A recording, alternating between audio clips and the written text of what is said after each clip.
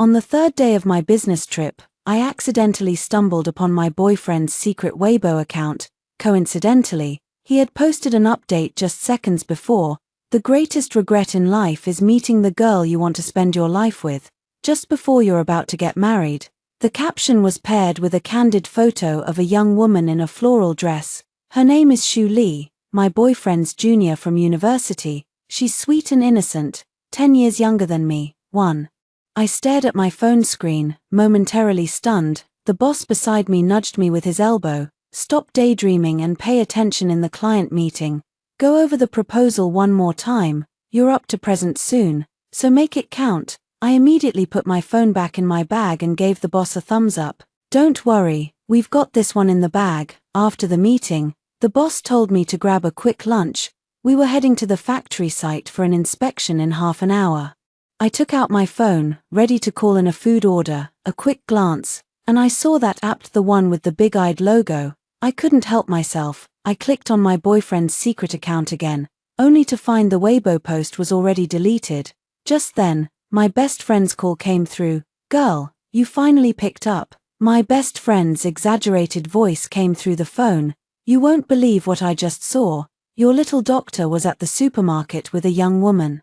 They bought 2 huge bags full of groceries and meat, chatting and laughing the whole time. I followed them discreetly, and they went into your apartment complex. Oh my God, he actually took her into your marital home. Xiaoxia, how could you not say a single word about something this important?" I rested my forehead in my hand and gave a wry smile. "Come on, I wanted to, but you were talking a mile a minute and never gave me a chance," my best friend said. "Hold on. I even took a picture of that woman. I'll send it to you. Asterisk ding dong asterisk." My best friend sent me several photos instantly. The angles were sneaky, clearly taken without permission, yet the faces were captured with startling clarity. The man, wearing rimless glasses, looked refined and handsome. It was Hu Junfei, my boyfriend of 8 years. And then there was the girl. She was a bit slender, radiating a youthful sweetness. Her name was Shu Li. She was my boyfriend's junior from the same hometown and was now a senior at a university. My best friend asked urgently, "Did you see her?" I gave a quiet ham. My best friend was furious. "Just an okay." I let out a helpless laugh. "Well, what do you think I should do?" My best friend was practically itching for a fight on the other end of the line. "You should come back right now, beat that homewrecker to a pulp, and make that scumbag parade through the streets in his underwear." I rubbed my throbbing temple. "First of all, I'm on a business trip. If I close this deal, I'll get a promotion when I get back. I really can't just leave. Secondly, we can't even be sure if there's anything improper going on between them. Going back now might be a wasted trip. Finally, even if we confirm they're fooling around, so what? Going back would just mean a big, messy scene. Xiaoyu, breaking off an engagement isn't something you can just wrap up easily.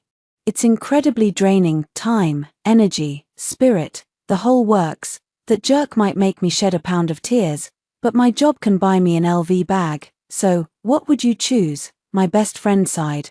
"I know all that logically. I just think you deserve so much better. You've been with him for all these years. Supported him through 2 rounds of grad school entrance exams. Stuck by him during his PhD. Back in those study days, you cooked him nutritious meals every single day. If he dares to wrong you, I swear I'll make him regret it." I laughed. "I knew you'd have my back. I'll bring you back some treats." I hung up the phone. I stood there, frozen in place. My nose stung, and tears threatened to spill over. I held it back, clenching my phone tightly, fighting to keep it in. After a few minutes of adjustment, I forced a smile and took out my phone to order some food. "Gotta eat well, it's going to be a busy afternoon, too." The business trip went very smoothly. And we landed a major order. I was also successfully promoted to sales director for the East China region. 3 days later, I returned to S-City with my boss. In recognition of my hard work and contributions, my boss gave me 2 days off. He arranged for the driver to take me home. I smiled and said it was fine. My boyfriend would come pick me up. I dragged my large suitcase and, at the airport, made 3 calls and sent 5 WeChat messages to Hu Junfei. He didn't reply to any of them. The early March rain fell, its chill piercing to the bone like needles. With no other choice, I had to take a taxi home by myself. I entered the code, opened the door, and was immediately hit by the rich, savory aroma of a home-cooked meal. 4 dishes were already laid out on the table, and Hu Junfei, wearing an apron, was stir-frying in the kitchen, and on the sofa lay a strange middle-aged man in his 50s. He looked somewhat haggard, his hair streaked with grey. Asleep with a still-lit cigarette pinched between 2 fingers, a long cylinder of ash had formed, which then snapped and fell onto the pristine white shag carpet. I slammed the door shut, startling the middle-aged man awake. The middle-aged man sat up, stubbed the cigarette butt into an ashtray, rubbed his bleary eyes, glanced at the wedding photo on the wall, and then looked at me. "You must be." The man stood up with a smile. "You're Xiao Xia, Junfei's girlfriend, right?" Hearing the commotion, Hu Junfei came out holding a spatula. Seeing me, he looked surprised and blurted out, "Weren't you on a business trip?" He walked over naturally, pulled my suitcase into the house, and began introducing me. "This gentleman is Shu Li's father." He took a spare pair of men's slippers from the shoe cabinet and placed them by my feet. Shu Li's mother was recently hospitalized, and the hospital happens to be just 2 stops away from our place. Shu Li and her father are taking turns staying with her at night, so they'll be staying with us for a few days. I gave a faint, non-committal Hu Junfei, needing to tend to the stir-fry on the stove, hurried back to the kitchen.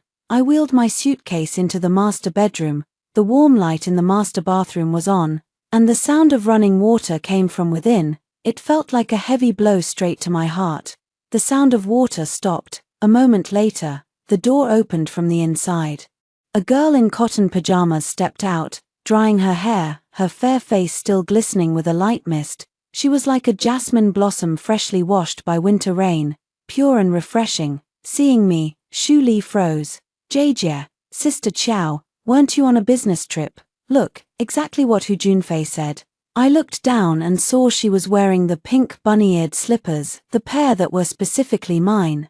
Shu Li seemed a bit uncomfortable, taking a few steps back as she awkwardly explained, "I don't know if your senior told you, but my mother is in the hospital. The rooms there don't have showers, so I just borrowed your bathroom." Just then, Hu Junfei's voice rang out, "Dinner's ready." 3.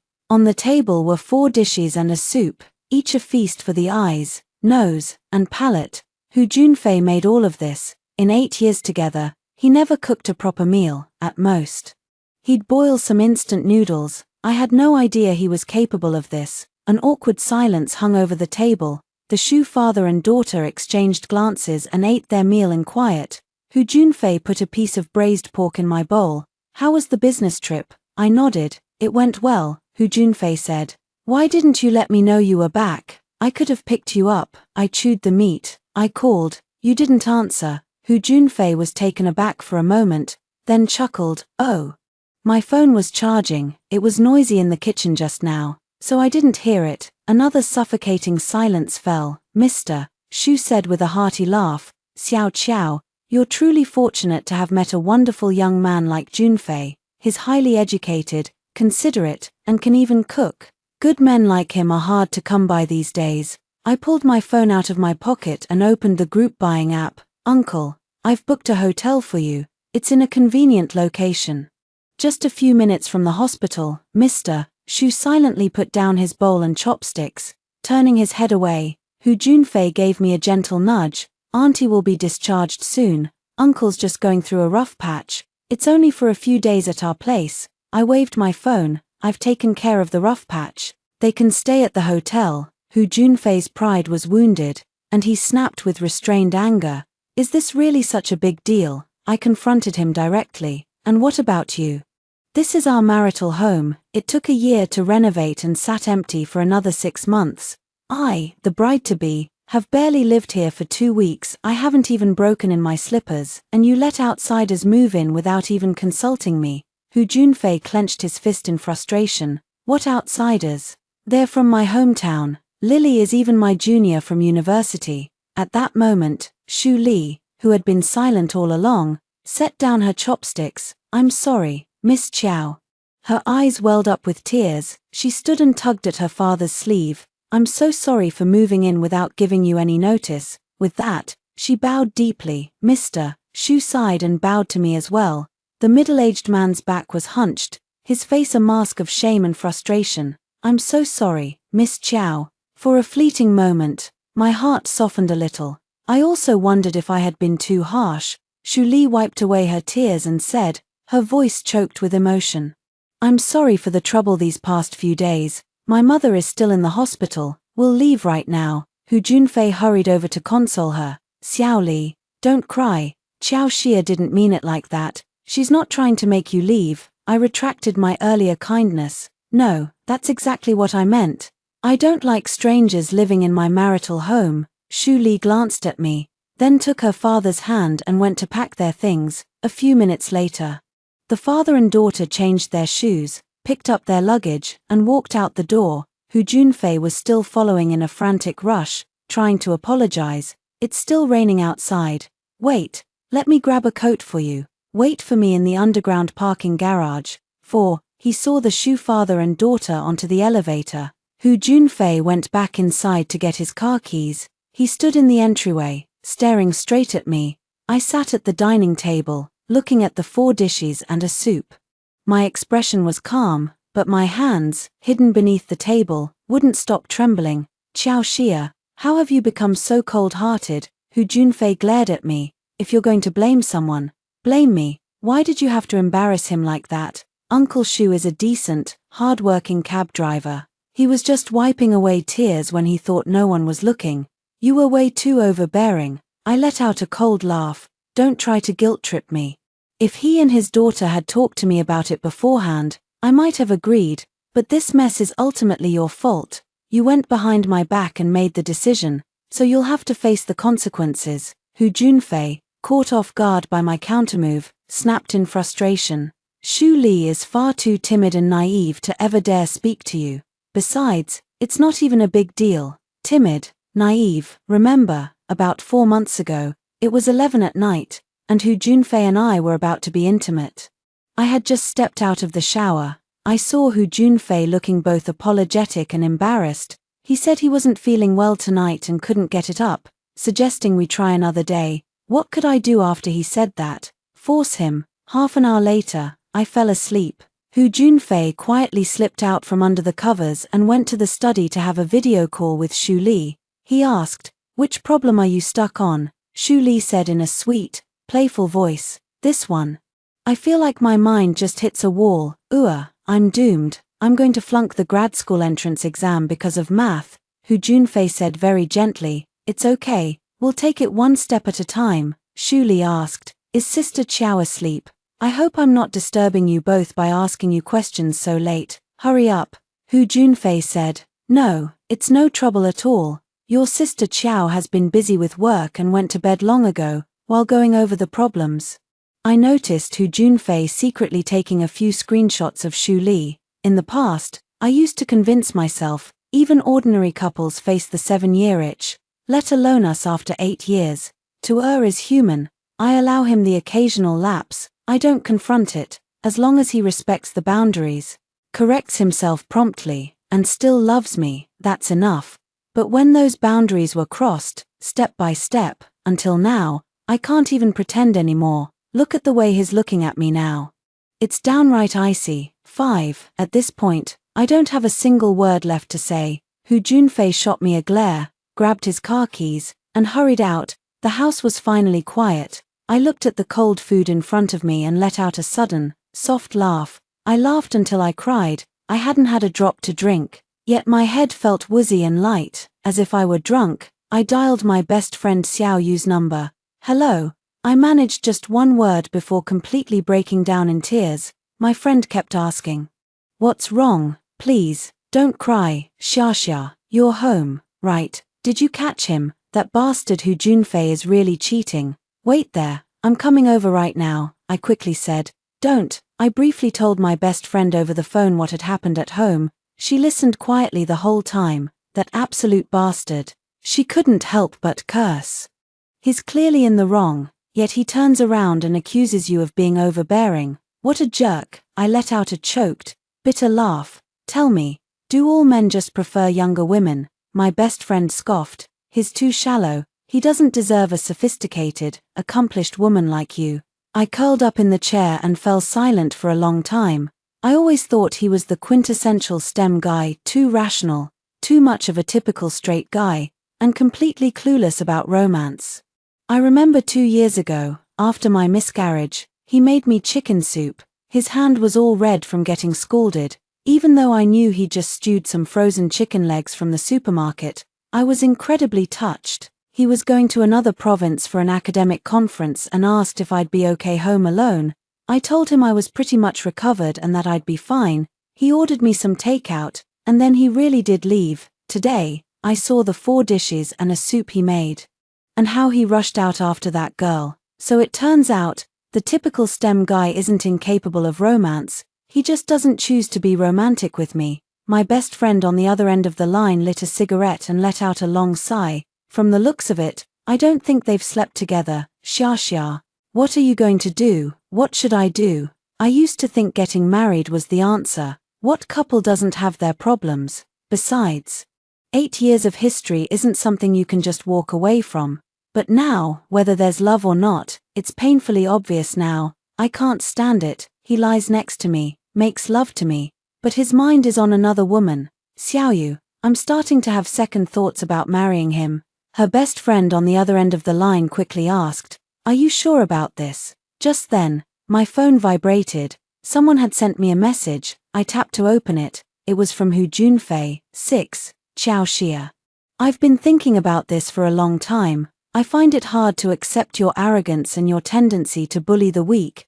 The Shu family, father and daughter, are my guests. By treating them that way, you're essentially showing disrespect for me. I think we need to consider whether our core values and worldviews are truly compatible. I couldn't help but laugh when I read that. Hu Junfei's call came through almost immediately. I hung up on my best friend and answered his call instead. "Hello.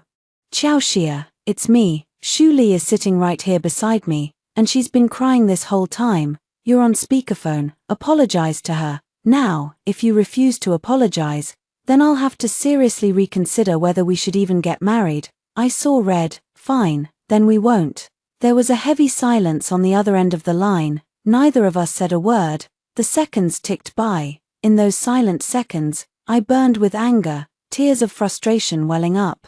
And a flood of memories from the past 8 years came rushing back. I was 23 that year, fresh out of college and thrown into the real world. My first job was as a course consultant for an exam prep agency catering to grad school and civil service candidates. That day, I was handing out flyers at the main gate of University A. Many students took them only to toss them aside immediately. Only Hu Junfei took one and looked it over carefully. He smiled at me and said, "Thanks, if I'm interested. I'll come by the shop to check it out." Later on, he actually did come to the shop to inquire about signing up for a class, and we exchanged WeChat contacts. Later on, he confessed his feelings to me. He's a very smart and rational person. He would patiently listen to me vent about my coworkers and help me sort through my thoughts when I was at my most confused. He would wait for me for 2 hours downstairs at my office on those late nights when I was working overtime. When I came downstairs, he immediately got up from the couch, rubbed his sleepy eyes, pulled an umbrella from his bag, waved at me with a smile, and asked, "Are you hungry, sweetie?" At the food stall, I was harassed by a drunk thug. Without a word, he grabbed a bottle and charged at them.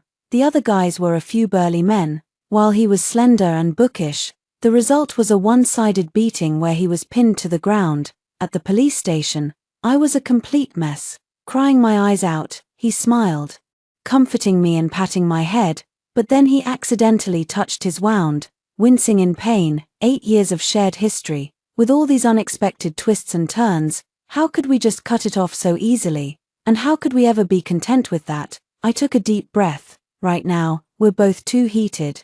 There's no way we can calm down and have a rational conversation. The best way to handle this is to hang up, take a couple of days apart, and then talk about it. I was just about to speak. From the other end of the line, Hu Junfei said, "Are you out of your mind?" Beep, beep, beep. After a burst of dial tone, he hung up. I was still frozen in the act of holding the phone, my mind suddenly blank. What had he just said? It wasn't until my best friend called that I snapped out of it. The screen was lit up, the phone ringing insistently, over and over. I answered the call, brimming with resentment and hurt that I desperately needed to vent. Xia. Why did you hang up so suddenly just now? My best friend asked cautiously. Did Hu Junfei call you? I covered my mouth and sobbed, the broken sounds of my crying escaping through my fingers. My best friend got worried. I'm coming over right now. Don't cry, sweetie. I sobbed uncontrollably. He told me to apologize to Xu Li, said he wouldn't marry me if I didn't. I told him fine, then we won't get married. You know what? He called me crazy. Xiaoyu, it's over, there's no going back. I'm completely done with him. My best friend kept reassuring me. He's the crazy one. Wait for me. I'll be right there. 7. The call ended. Clutching my phone, I sobbed, then suddenly turned my head and saw the table full of dishes. Hu Junfei, you motherfucker. I swept the dishes off the table and stomped on them in a fit of rage, cursing wildly. I'm going to get my revenge. I'm going over there right now to grab that bastard Hu Junfei by the hair and smash his head in.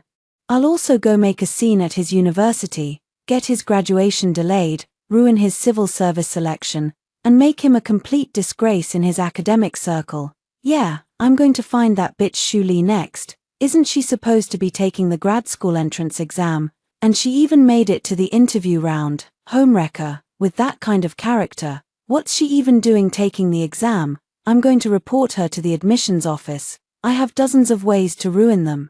To make them social pariahs, to hit them where it really hurts. I know that if I really go for it, I can pull it off. I wiped away my tears and stumbled towards the fridge. I opened it, pulled out a can of beer, and chugged down half of it in one go. The rising nausea made me sick. I hurled the remaining half can to the floor, turned, and went to the wine rack in the living room to grab a bottle of red.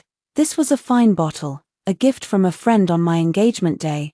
I fumbled with the cork, trying to open it, but it wouldn't budge. In the end, I smashed the bottle against the coffee table. With a sharp crack, the bottle shattered at its waist, spilling red liquid all over the carpet. I grabbed the broken half of the bottle and tipped my head back to drink. A wave of dizziness hit me, and I slumped to the floor, crying. So what? What comes after the revenge? What's left after I've had my satisfaction? Just then, my phone rang. I looked down, and a tear splattered onto the screen. It was my boss. I quickly wiped away my tears, composed myself, and answered the call. Hello, Mr. Li, I said, sitting up straight. My boss chuckled apologetically on the other end. Though his words showed no such hesitation. I know you're on leave. I really shouldn't be bothering you. It's just that there seems to be a bit of an issue with the proposal from last time. I've added my comments and sent the file to your email. If you're not too busy, could you spare a moment to take a look? I clenched my fist. My boss treats me like dirt 1,000 times, but I still look at him like my first crush. No problem, I said with a professional, fake smile. I'll have it in your inbox before work tomorrow morning. The boss, pushing his luck, said, Oh, any chance you could get it done by midnight tonight? It's a bit urgent. I glanced at my wristwatch. It was 8 p.m. Fine, I replied through gritted teeth. The boss chuckled. Thanks for taking this on, Ciao. You're such a great help. I'll treat you to a big meal later. I rolled my eyes. Great help, more like your personal workhorse. After hanging up, I opened my phone to check the emails. I estimated it would take at least 3 hours to get it all done. I pushed myself up from the coffee table, a wave of dizziness making me stagger. I can't go on like this. I rushed to the bathroom, stuck my fingers down my throat, and forced myself to throw up all the alcohol I'd just drunk. After splashing water on my face, I stared at my reflection in the mirror. My makeup is completely cried off. My eyes are red and swollen. What a mess. So what? I ask myself again. After getting my revenge and venting my anger, what will I actually gain? Or rather, is this man even worth my time, energy, and emotional investment? He is not the only pillar in my life. I have a career, parents, financial security, friends, good looks, and a great figure. Losing him won't make my world come crashing down. He's not worth it. 8. The bathroom was still damp, carrying the lingering scent of Xu Li's shower gel. I frowned and walked out. I took a deep breath.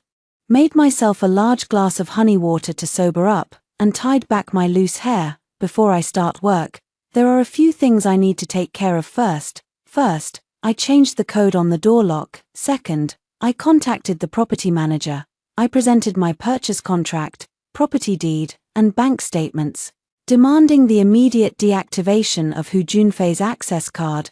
I also informed the property management that Hu Junfei has violent and homicidal tendencies and is likely to harass me. A valued homeowner, in the coming days, I will call them for help at any time, and will demand that the property management and security personnel remove him. I also support calling the police. I formally notified them that if anything happens to me, I will hold the property management legally accountable.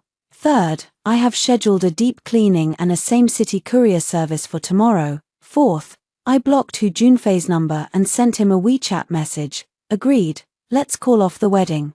I paid for the house in full, your family covered the renovation costs, and we both chipped in for the appliances. I have all the receipts and purchase records. I'll have a professional review everything.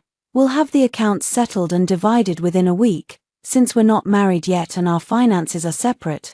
Dividing things should be straightforward. I'll send your things to your school dormitory tomorrow.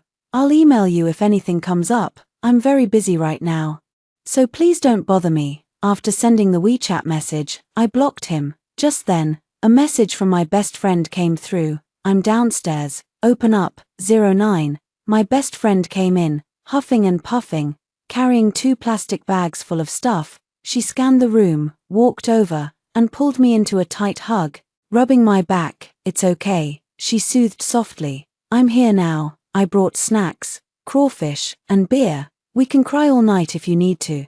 I gently pushed her away and gave a bitter smile. What's with the tears? We've got work to do tonight. My best friend stared at me as if I were an alien. Work? Did you and Hu Junfei make up? Is everything settled? I shrugged. Nope, I just told him. The wedding's off. Her eyes went wide as saucers. And you can still think about work right now. What else? I took a big gulp of the honey water. Should I get so angry I develop mastitis? Cry until I get an ovarian cyst? He's not that important. My best friend pointed at the mess all over the floor. Then what's all this about? I shrugged. Oh, just a little loss of control. I wrapped my arms around my bestie, resting my head on her shoulder. My one and only sis, could you please help me tidy up a bit? My boss is literally waiting online for my report. I'm swamped. My bestie rolled her eyes in exasperation. So I came all this way to be your cleaner. I nudged her into the kitchen, pleading with puppy dog eyes. Could you make me something to eat, too? I haven't eaten all day, had a bit to drink earlier, and my stomach's feeling a little off. Alright. My best friend tapped my forehead with her finger and gestured toward the door with her chin. Go to work, I'll handle the rest. Just as she finished speaking, her phone rang. It's him. She waved her phone. He's calling me now, probably because he can't reach you. Should I answer? I nodded. Answer it. My best friend answered the phone, and Hu Junfei's anxious voice came through the next second. Hello. Hu Junfei sounded like he was driving. Has Xiao Xia contacted you? My best friend glanced at me, her tone calm. No, she hasn't. What's up? Did you two have a fight? Hu Junfei was fuming.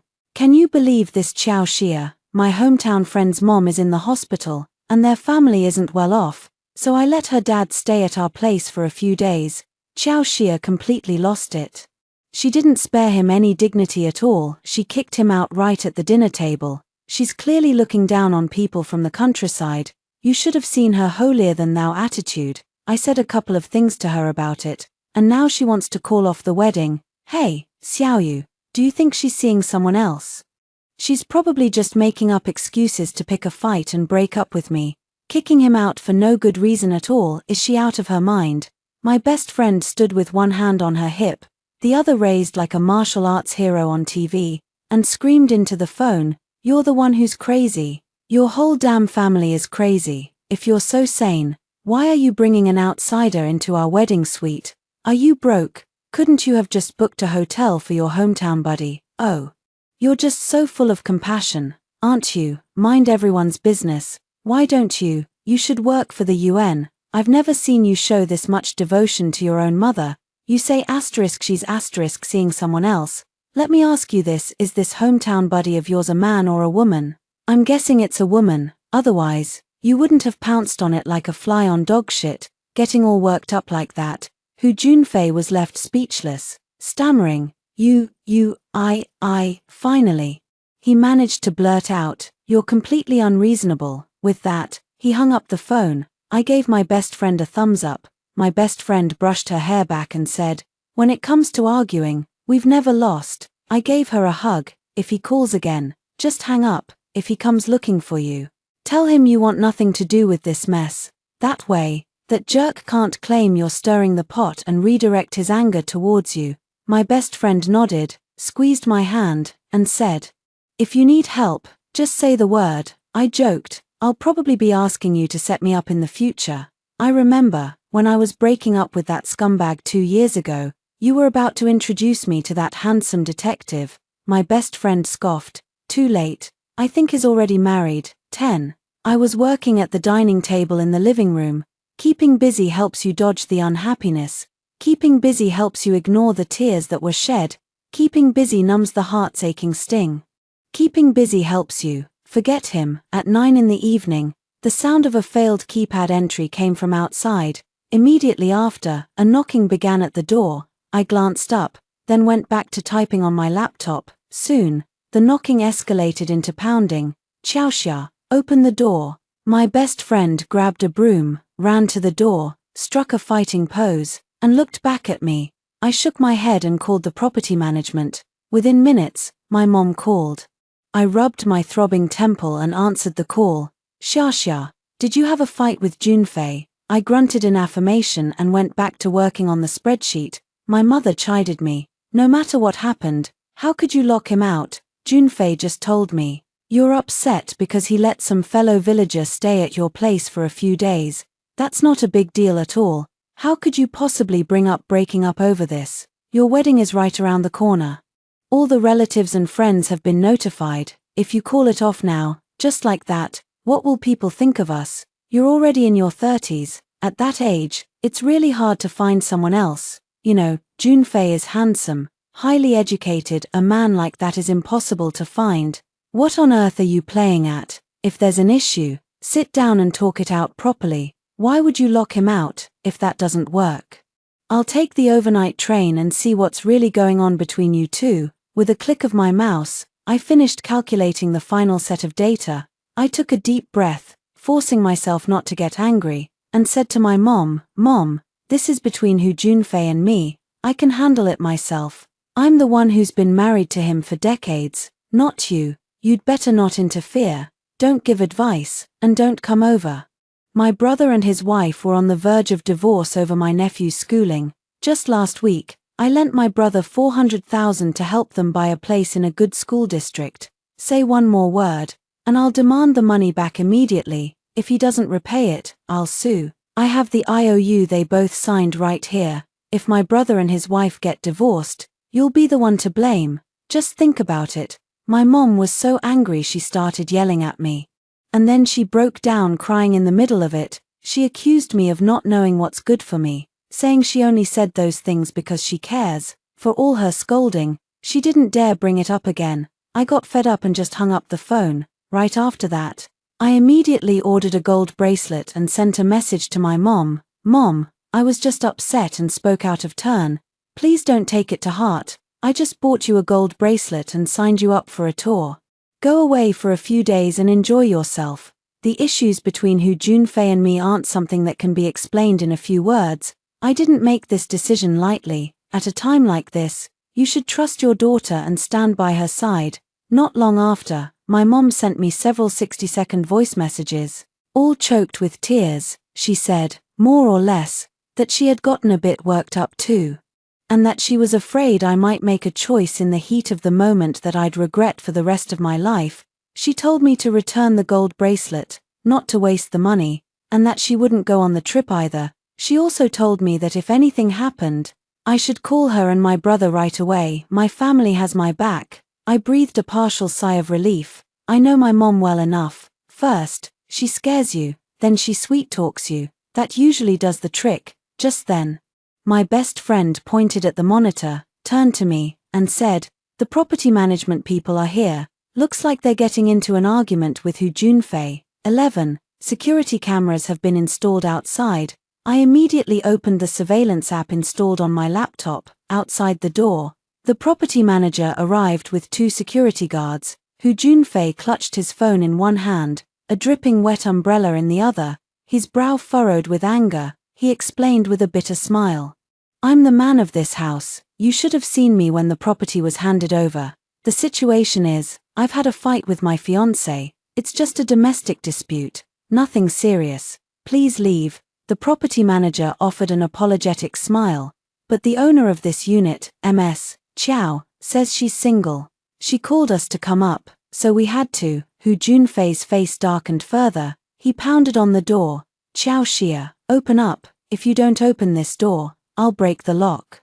The property manager tried to mediate. "Sir, how about this? If this is truly a domestic issue, perhaps you and Ms. Chow could discuss it privately. The way you're acting now is disturbing the other residents." Hu Junfei was furious. "It's 1 apartment per floor. What other residents am I disturbing?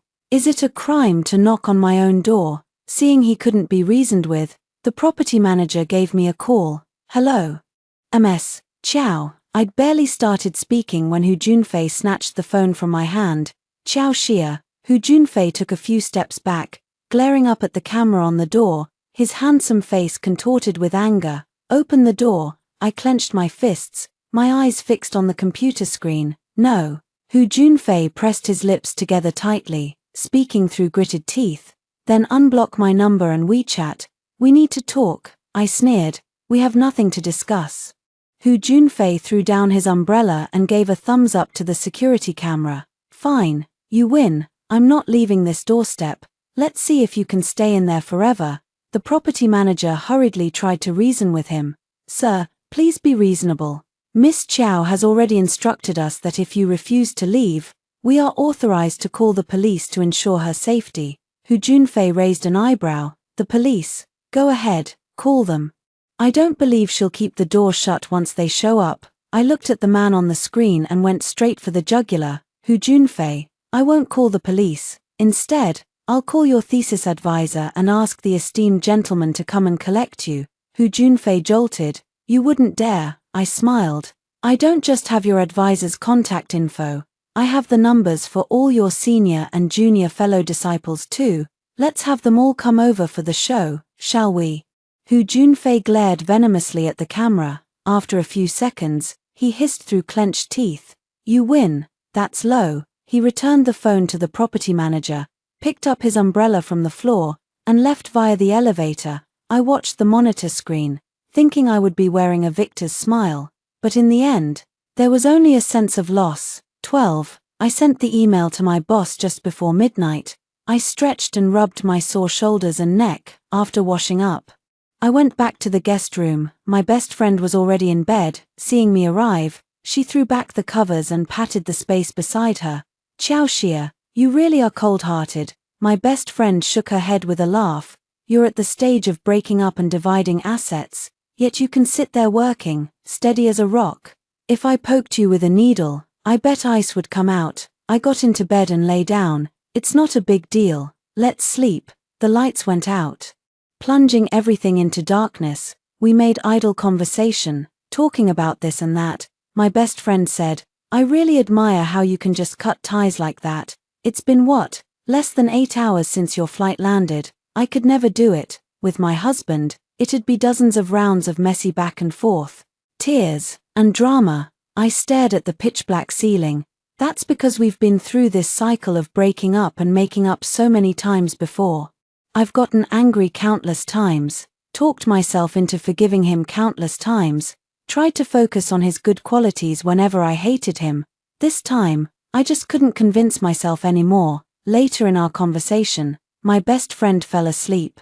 After a full day of running around, traveling by car and plane, dealing with emotional matters, and working, I thought I'd be exhausted, but I wasn't the least bit sleepy. I got out of bed quietly and walked over to the floor-to-ceiling window in the living room. All the pent-up hurt and anguish seemed to hit me all at once in that very second. I slumped to the floor, sobbing uncontrollably. I picked up my phone and unblocked Hu Junfei on WeChat. I tapped on his profile picture, typing out a message several times only to delete it each time. I then opened Weibo, wanting to see what he had posted on his alternate account. I was hoping to see something cold and hateful from him, something that would steal my resolve, yet I was afraid to see it, terrified he would plunge another knife into my already battered and broken heart. I just sat there, scrolling through old photos, looking, crying, and deleting them one by one. As the first light of dawn broke, I went back to the bedroom. I pretended nothing was wrong and lay down on the bed. There's a popular saying online, you start off thinking you're different. But in the end, it all turns out the same, Hu Junfei. So, in the end, we've both ended up here. 13. After a groggy 2-hour nap, I got up. I have a lot on my plate today. Deep cleaning, packing Hu Junfei's things, sending out packages.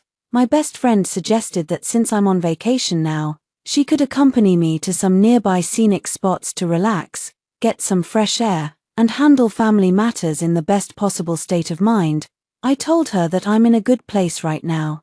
Feeling a sense of calm I've never known before. I know I can't afford to rest. If I stop, the memories of those 8 years, the good and the bad, will consume me utterly, leaving nothing behind. I need to keep myself busy. I have to stay busy. So, I chose to go to work.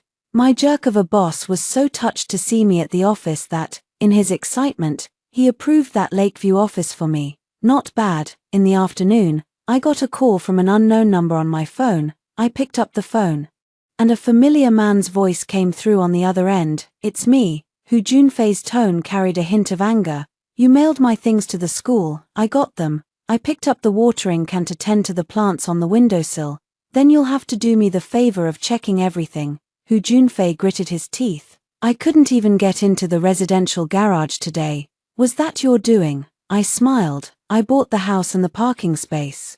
I have the right to deal with them as I see fit. Hu Junfei fell silent for a few seconds.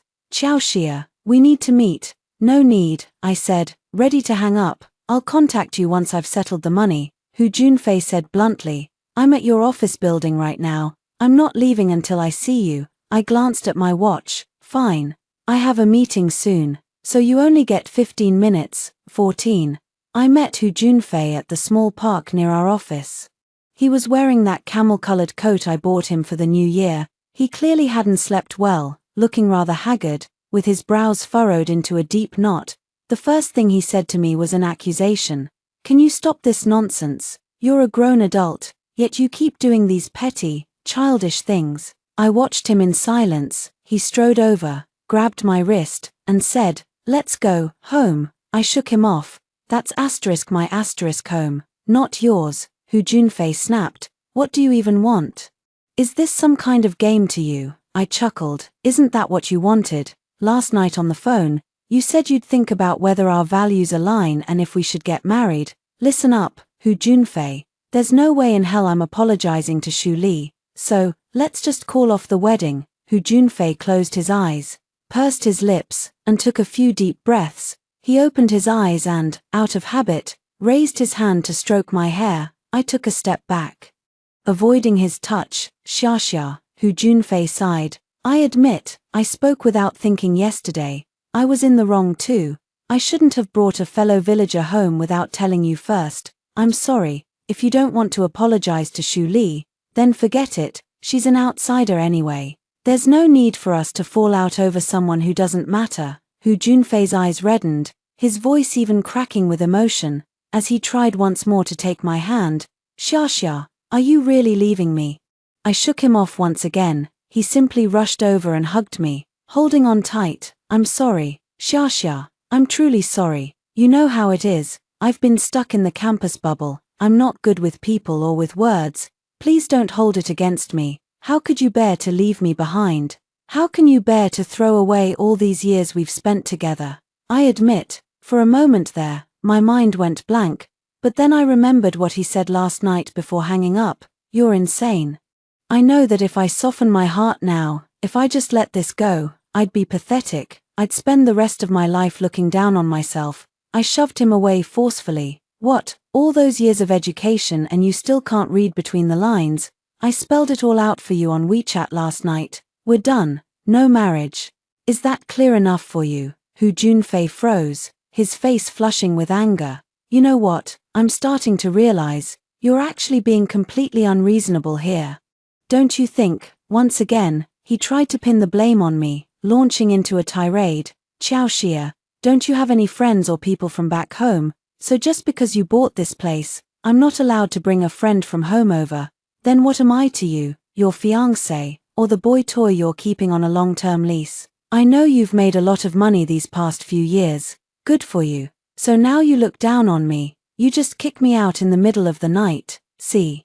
The man knows perfectly well the problem lies with him, but he'll never admit it. They'll try to smear you, slander you, and pin all the blame on you to cover up their own mistakes. I watched quietly as he vented. Hu Junfei said with a sharp tone, "Why are you glaring at me? Am I wrong?" I glanced at my watch.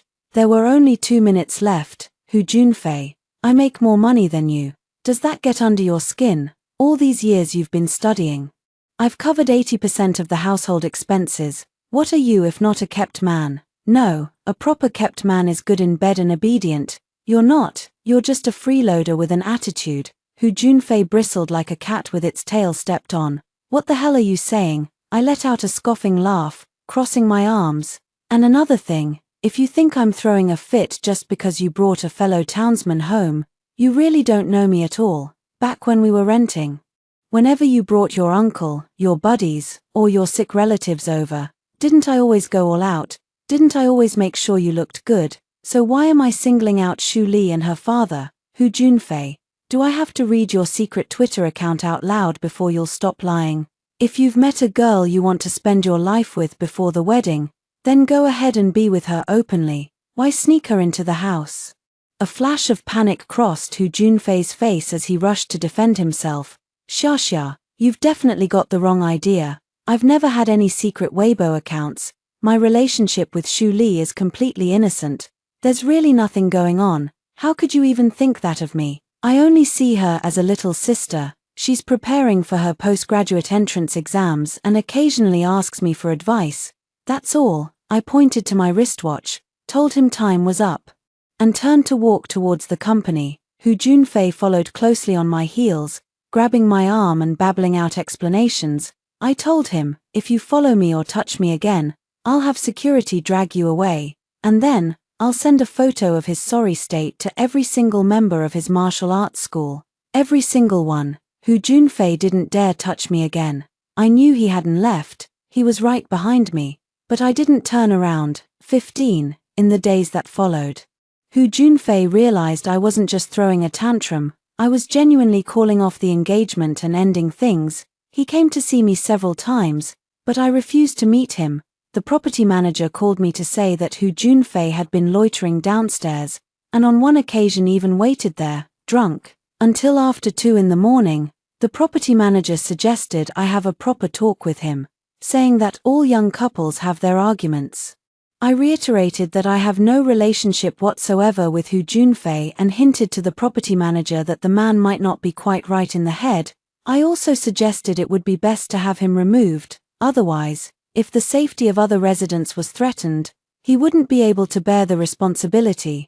Hu Junfei got the cold shoulder in the neighborhood and, unable to wait for me, came up with a new scheme. He enlisted our mutual friends to put in a good word for him, even going so far as to approach my boss to arrange a dinner to clear up the misunderstanding. My boss is a real old fox. He agreed verbally but never once actually approached me about it. He only mentioned in passing that if I had any family matters to attend to recently, I could take a few days off. That won't be necessary. On the 4th day after my falling out with Hu Junfei, I received a call from Shu Li. The young woman requested a meeting, saying she had some personal matters to settle with me, a personal grudge. Interesting. 16. The location was chosen by Shu Li, a Huiju cuisine restaurant. It's a chain restaurant. The portions are small and overpriced, which makes it a poor value for Shu Li right now. Clearly, she was just putting on a brave face. When I entered, Shu Li was already waiting in the small private room. Her hair was styled in a low bun, and she wore light makeup. Her coat was draped over a chair. She wore a white cashmere base layer and a long, coffee-colored skirt, giving off a gentle, artistic, and well-behaved vibe. Seeing me arrive, Shu Li immediately stood up. "Miss Chow, it's been a long time." As she spoke, her expression was calm and composed, neither subservient nor arrogant. Amham. I sat down across from Shu Li without waiting for an invitation and glanced at my phone. "What is it, Shu? Get straight to the point." Shu Li picked up the teapot and poured me a cup of water. "What's the matter, Chairman Chow? Are you very busy?" I raised an eyebrow. "Of course. My time is billed by the minute. The more I waste it on unworthy people or matters, the greater the loss." Shu Li clearly picked up on my sarcasm. Girls her age can't hide their thoughts. Every emotion shows on their face. "So you think Senior is also not worth it? Is that why you've been avoiding him these days?" I leaned back lazily in my chair, looking Shu Li up and down, and let out a scoff. "What's it to you? Sounds like you're here to give me a hard time." "Interesting." Shu Li glared at me. "Of course it has to do with me. If he hadn't helped me and my dad, Senior wouldn't have gotten on your bad side." I didn't confirm or deny it, just tapped my finger on the table. Shu Li's delicate brows furrowed. "I heard you and Senior are breaking up. He's been so downcast and miserable these past few days." "He's a kind person. Even though he knows the root cause lies with my father and me, he's never once blamed us." I nodded, and then, Shu Li placed her hands on the dining table. "If President Chow breaks up with Senior over this, I won't be able to live with myself." She stood up and gave a slight bow. "I apologize to you." I glanced at the dishes on the table. "So, your apology is to buy me dinner?" Shu Li straightened her back. "My dad and I took turns staying in your marital home for 3 days and used your kitchenware. Treating you to a meal is my way of repaying the favor, at least in part." With that, she picked up the backpack from the chair, took out an envelope from inside, and slid it toward me. "There's 1,000 yuan in here." Her eyes were filled with pride and defiance. "I'll pay you for 3 nights at the standard rate of a chain hotel. That way, we'll be square." I glanced at the envelope, shook my head, and gave a scornful laugh. Shu Li picked up her coat and bag, turned to leave, and tossed a cool remark over her shoulder. "I've already settled the bill. Enjoy your meal." "Hold it," I said, taking a sip of my tea.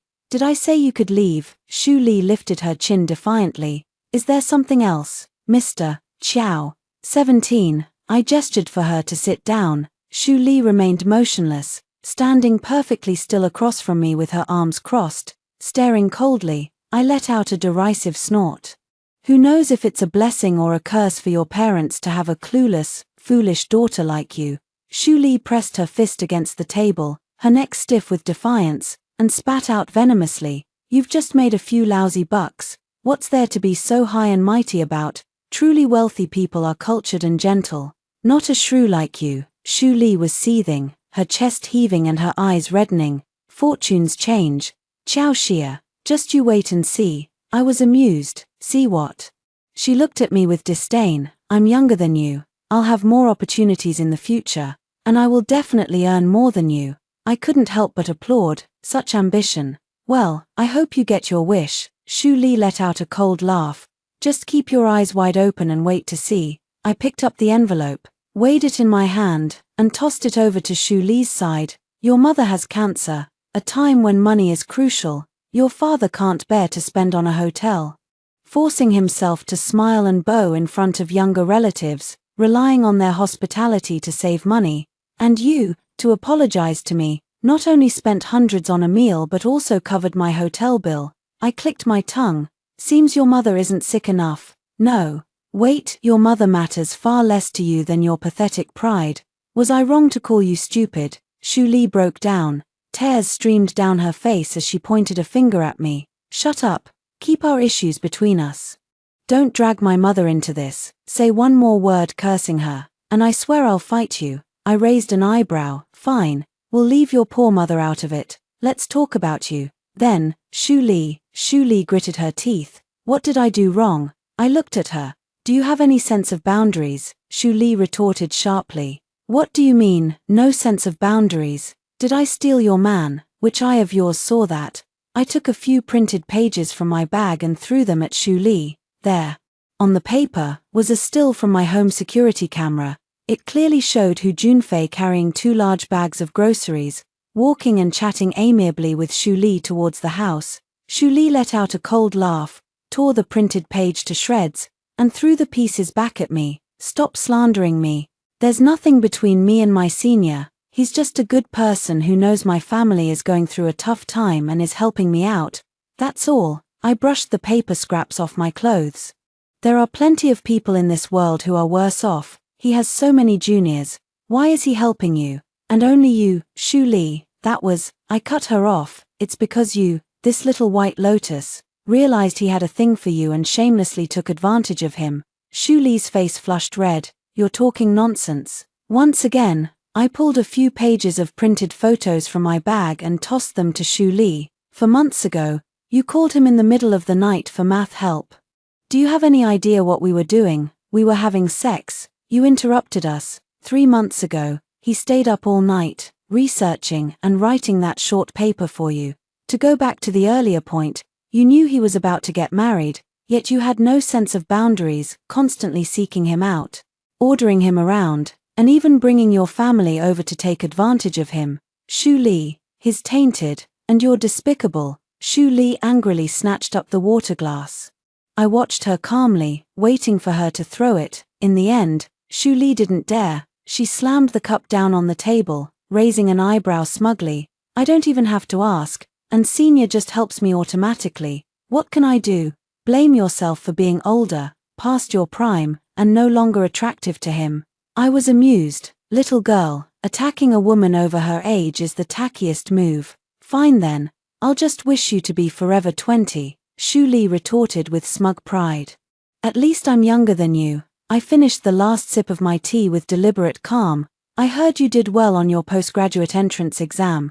Congratulations." Shu Li's smile froze. "What are you implying?" I gestured with my chin towards the printed pages on the table.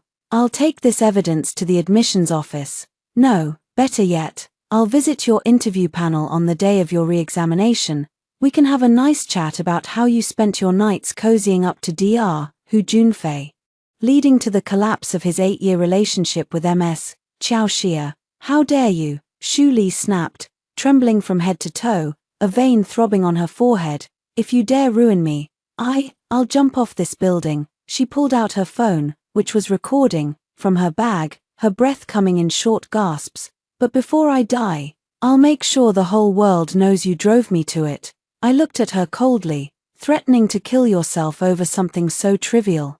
"That's all you're capable of." As I spoke, I also took out my own recording phone from my bag and waved it. "You think you're the only clever one who knows to record things? Did you think I've been wasting my time all these years?" I stood up. "Shu Li, go home and listen to the recording carefully. Review what exactly I forced you to do. Wasn't every word I said the truth? I'm the victim here." Shu Li seemed to have all the strength drained from her body, and she could only weep. I picked up my bag, ready to leave. Just as I was stepping out the door, Shu Li suddenly spoke.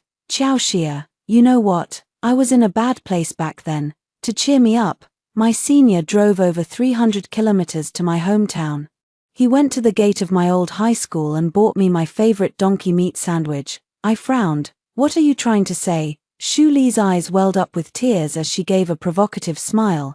"You've been so good to him, but what has he ever done for you? I don't have to lift a finger, and he goes out of his way to solve my problems.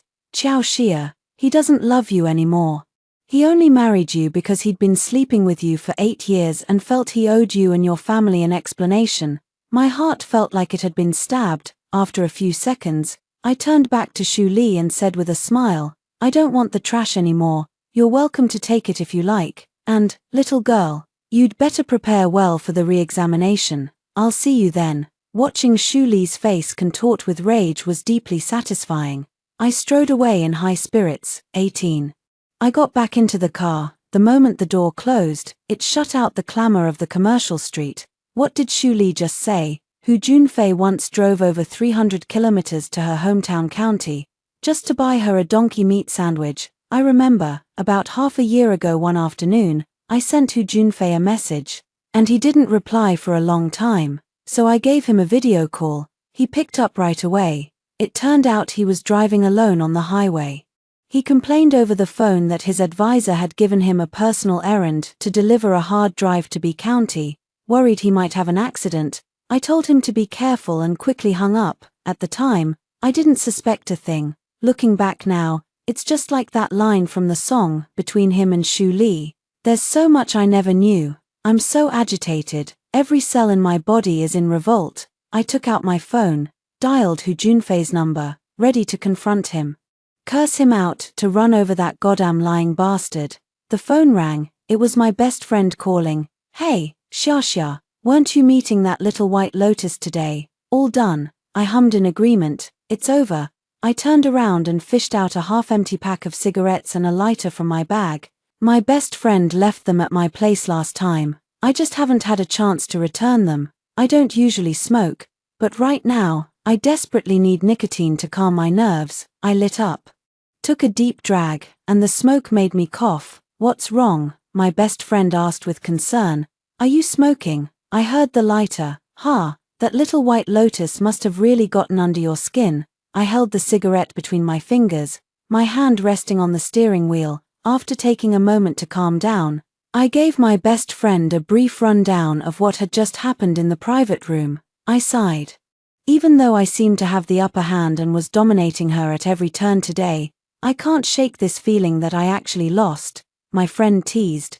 Did you lose the trash to her? I just smiled. Without saying a word, my best friend asked, she's so full of herself, should we teach her a lesson? Rubbing my throbbing temples, I turned to look outside. To my surprise, I saw Shu Li standing by a bus stop not far away. She was crying on the phone, looking utterly miserable. Pouring her heart out to someone, I stubbed out my cigarette and said to my friend, we'll see about that later. My best friend suddenly remembered something. Oh, right, Xia, Hu Junfei has been reaching out to me these past few days, begging me to mediate. He's even arranged a dinner for tomorrow, planning to propose to you again in front of all our friends and family, and he made us promise to keep it a secret.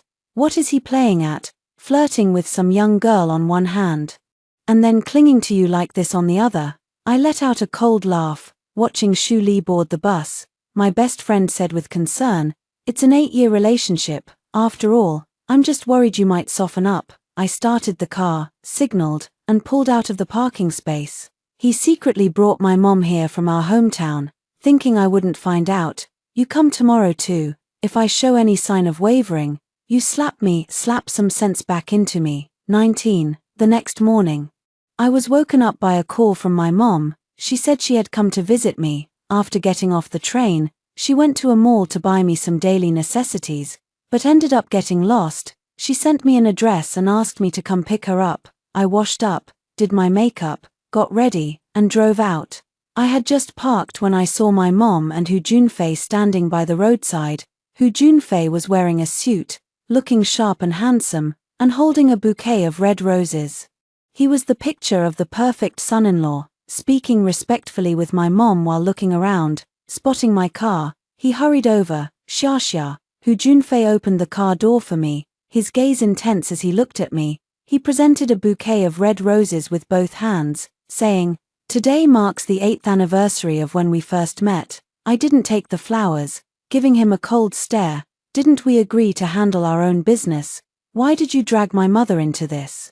Hu Junfei's eyes reddened, his voice almost pleading. Please don't be angry, okay? Just then, my mother walked up to us. My mother stroked my arm, looking at me, then at Hu Junfei, her eyes brimming with tears. You two have been together for so many years. Just look at you, standing there. You're such a perfect match. If it weren't for Xiaxia's father falling ill and passing away a few years ago, you would have been married long ago. My dear, life is long.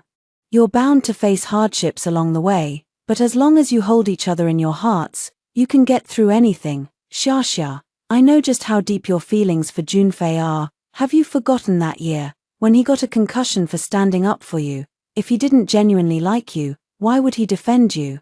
Why would he have your back? I felt agitated. Hu Junfei is a real smooth talker, and my mom is exactly the type to camp out in live streams buying health supplements. Sure enough, my mother took my hand, placed it into Hu Junfei's, and pressed them firmly together. Xia, Junfei has promised me that if he ever lets you suffer again, I have his permission to beat him to death. I tried to pull my hand back with all my strength, Hu Junfei held on tight, looking at me with pitiful eyes. Darling, please give me another chance. I frowned. Let go. Hu Junfei only tightened his grip. I've invited my parents, our friends, and even your companies, Mr. Lee. My voice rose sharply. What? Why on earth would you bring Mr. Lee into this? Isn't this embarrassing enough? Actually, Mr. Lee had called me yesterday afternoon. He said Hu Junfei had cornered him in the company's underground garage, earnestly asking him to spare a little time. Hu Junfei said he's going to propose again and wants Mr. Lee to be his witness. Mr. Lee asked for my opinion. I scoffed. There's no need to go, it's just that kid putting on a show. Mr. Lee said he loves a good show and wants to go. Speechless. What else can I do? They even brought my boss here. If I don't go, who's going to pay me? 20. Hu Junfei had booked a small banquet hall. The hall was specially decorated with roses and pink balloons. The turnout was modest. His parents, my mom, my brother and his wife, for mutual friends, and then my boss. The moment I stepped inside, I saw my brother cheerfully greeting the guests. My brother is the picture of a typical northern man, big build. Booming voice. Uncle, auntie, please have a seat. Can I get you something to drink? Make yourselves at home. Hu Junfei's parents are a teacher and an education bureau official. They pride themselves on being a family of scholars, quite traditional and conservative. They never thought much of my brother, who dropped out of high school to work. Naturally, they didn't think much of me either, coming from a sales background. In their eyes, a girl from a third-tier private college wasn't good enough for their son, a PhD graduate from a prestigious university. After we started dating, Hu Junfei took me to meet his family. His mother was rather blunt, asking if my job required drinking with clients. She suggested I not wear too much perfume and that my skirts should be knee-length, or else it would be improper. At that moment, in response to my brother's enthusiastic greeting, they offered polite nods and smiles, exchanging a flurry of meaningful glances that spoke volumes about their disdain for him. After greeting Mr. and Mrs. Hu, my brother turned his attention to my boss, carefully pouring tea for Director Lee with both hands on the teapot. You must be Director Lee. Oh, my sister talks about you all the time. Says you're absolutely brilliant. Thank you so much for mentoring her all these years. Director Lee gave my brother's arm a pat and quipped, well, you seem even more silver-tongued than your sister. Any interest in coming to work for our company? My brother chimed in. That would be perfect. Just then, my best friend saw us come in, stood up, and waved. Auntie, Xia, you're here. I smiled and nodded, then looked over at my brother. My brother gave me a slight nod and a wink. Actually, the night before last, my brother called me. He said Hu Junfei drove to my family's house, most likely to ask my family to persuade me to reconcile. My brother asked me what I thought. I said, since he's invited you, you should go, anyway. Calling off the engagement requires both families to sit down and talk, so this is as good an opportunity as any. I took my seat with my mom, right across from my best friend. The moment I sat down, I felt a hostile stare. It was from my soon-to-be ex-mother-in-law. She shot me one glare after another, seeing that I didn't acknowledge her or say hello. She angrily threw her napkin on the table and muttered under her breath, how utterly uncouth. Yeah, I heard that. My mother beamed with a wide smile, leaning in slightly to strike up a conversation. In-laws, what time did you arrive today, Mrs., who replied with a sarcastic tone. What time we arrived was entirely up to Xiao Xia, Mr., who discreetly tugged at her sleeve, shaking his head to signal his wife to hold back. I let out a cold, derisive snort. My best friend leaned in, hand over her mouth, and whispered conspiratorially, your ex-mother-in-law was just going on in front of your boss about how her son is a PhD from a top-tier university, how brilliant and amazing he is. She even had the nerve to ask your boss how you're doing at work and how much you earn. I quickly asked, what did Manager Lee say? My friend couldn't help but laugh. What did he say? Your boss is a sharp one.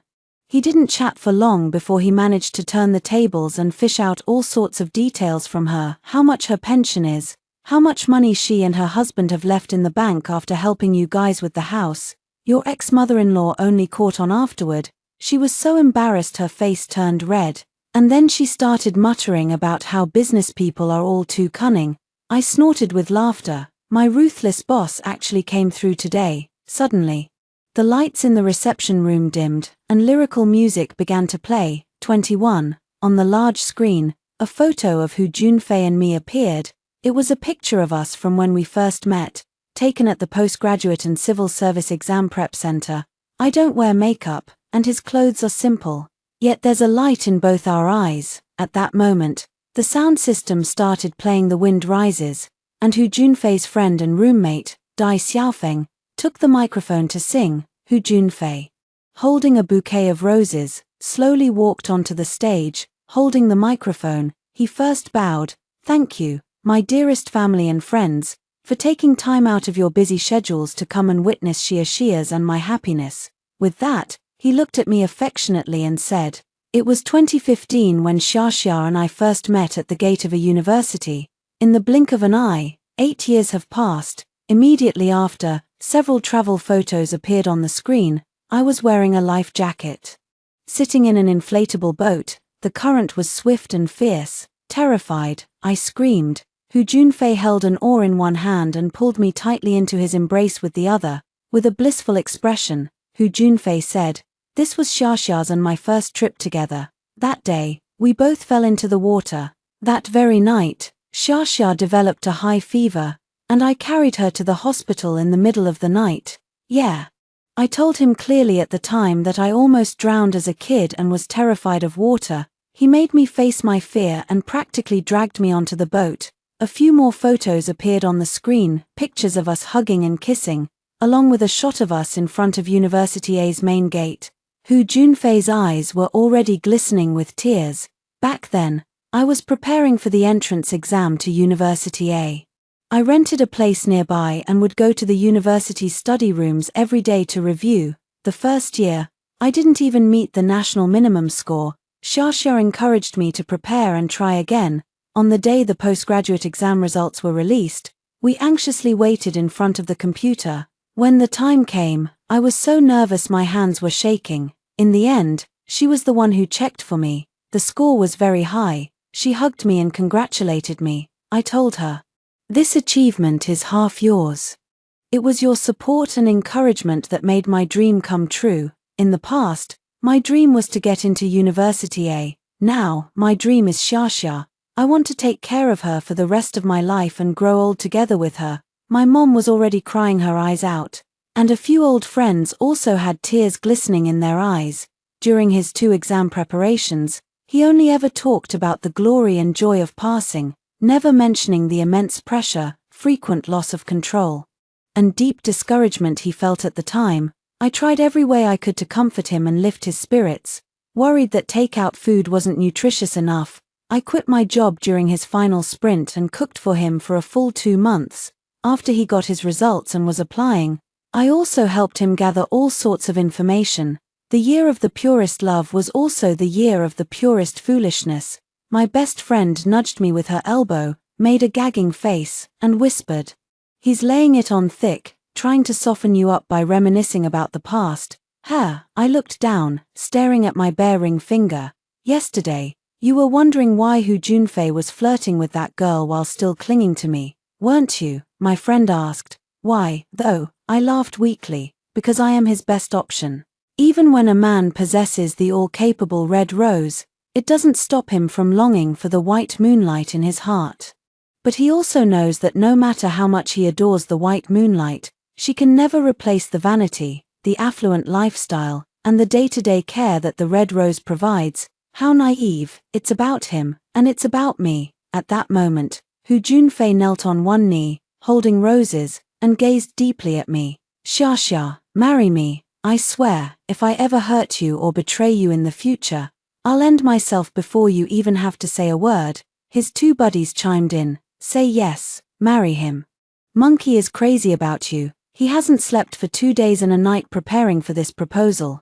Don't worry, Xia. If Hosey dares to wrong you after you're married, the boys and I will make sure he pays for it. Our eyes met. In Hu Junfei's eyes, I saw a kind of desperate, profound affection. Yet, not long ago, from this same mouth that was so full of sweet nothings, the word psycho had also been uttered. A great actor is, at heart, profoundly detached. 22, I stood up. My best friend immediately grabbed my wrist, I flashed her a smile, stepped onto the stage, and stood before Hu Junfei. He obligingly raised the bouquet of roses higher. His handsome, refined face was deceptively convincing as he looked at me with tearful eyes. Xia, I love you. Yeah, he sure loves me. Even when we were practically on the verge of breaking up, he went behind my back to gather my family, friends, and boss. He thought I'd be afraid of losing face in front of everyone and would forgive him yet again. Just like before, I leaned down and helped him up. Let's get you on your feet first. Hu Junfei took the opportunity to try and embrace me. Applause rose from the audience below. I accepted the rose, placing a hand against his chest. May I say a few words as well? Thinking I had conceded, Hu Junfei visibly relaxed, letting out a sigh of relief as he stepped aside. I turned my head and glanced at my brother. My brother, understanding the cue, walked over, put his arm around Hu Junfei, and raised a fist as if to punch him, but ended up just giving him a light tap. He joked, "Listen here, brother-in-law, if you ever treat my sister badly, I'll rearrange your face." Hu Junfei chuckled and said, "Don't worry, big bro, I promise I'll always take good care of Xia." I walked over to the laptop connected to the screen, pulled a USB drive from my pocket, and plugged it in. "Thank you, family and friends, for being here to witness our happiness." I bowed slightly and looked towards Hu Junfei, who wasn't far away. "Thank you, Junfei, I'm truly touched." I opened the folder on the USB drive, and a photo appeared on the large screen. I was lying in bed in my pajamas, with Hu Junfei beside me, holding a bowl and blowing on the soup to cool it. "Thank you for making me that utterly nutritious lovely soup with frozen chicken legs after my miscarriage." With a click of the mouse, the next set of photos appeared. Hu Junfei on a video call with Shu Li. Hu Junfei leading Shu Li into the wedding suite. "Thank you for putting me to sleep, only to stay up half the night tutoring your junior schoolmate. Thanks for being so generous with your affection while I was away on business, bringing your little junior right into our marital home. Thanks for forcing me to apologize to your little junior, and thank you, after I clearly refused, for bestowing upon me the lovely title of psycho." Hu Junfei was frantic to get over here. He never expected me to be so undignified. To his surprise, my eldest brother had him in an iron grip, rendering him completely immobile. I clicked on an edited audio clip, and from the speakers came Shu Li's smug, taunting voice. "Xiao Xia, you know what? I was feeling down back then. And to cheer me up, my senior drove over 300 kilometers to my hometown county. He bought me my favorite donkey meat sandwich right at the gate of my old high school. Xiao Xia, he doesn't love you anymore." My mother was the first to react, her face a mask of disbelief that quickly turned to anger. "Junfei, you had an affair." Hu Junfei's face went pale. He wanted to explain, but for a moment, he didn't know where to begin. He looked at me, his gaze inscrutable. Anger, frustration, panic, humiliation. In the end, he could only plead, Xia, please stop playing it." "Okay." I let out a cold laugh. "Why should I stop? All our friends and family are here today. It saves me the trouble of explaining it to each of them later." All the pent-up frustration buried in my memory erupted at once. I hurled the roses at him. "Get the hell away from me. And for the record, you're the psycho. Your whole family is psycho. You pathetic mama's boy who never grew up."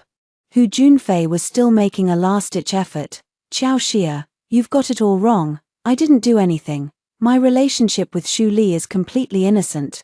You're slandering me." I hovered the mouse cursor over a dark, shadowy video file, looked at him, and raised an eyebrow with a smirk. "Should I play the video for everyone? The one of you, pleasuring yourself to a picture of Shu Li?" Hu Junfei's eyes turned bloodshot, as if he'd been drinking. "Don't, please, don't." I let out a bitter laugh. "Hu Junfei, I was just trying to scare you. I can't believe you actually had the nerve to do something like that." Hu Junfei froze, his face turning deathly pale. Suddenly, He broke free from my brother's grip and lunged at me like a madman.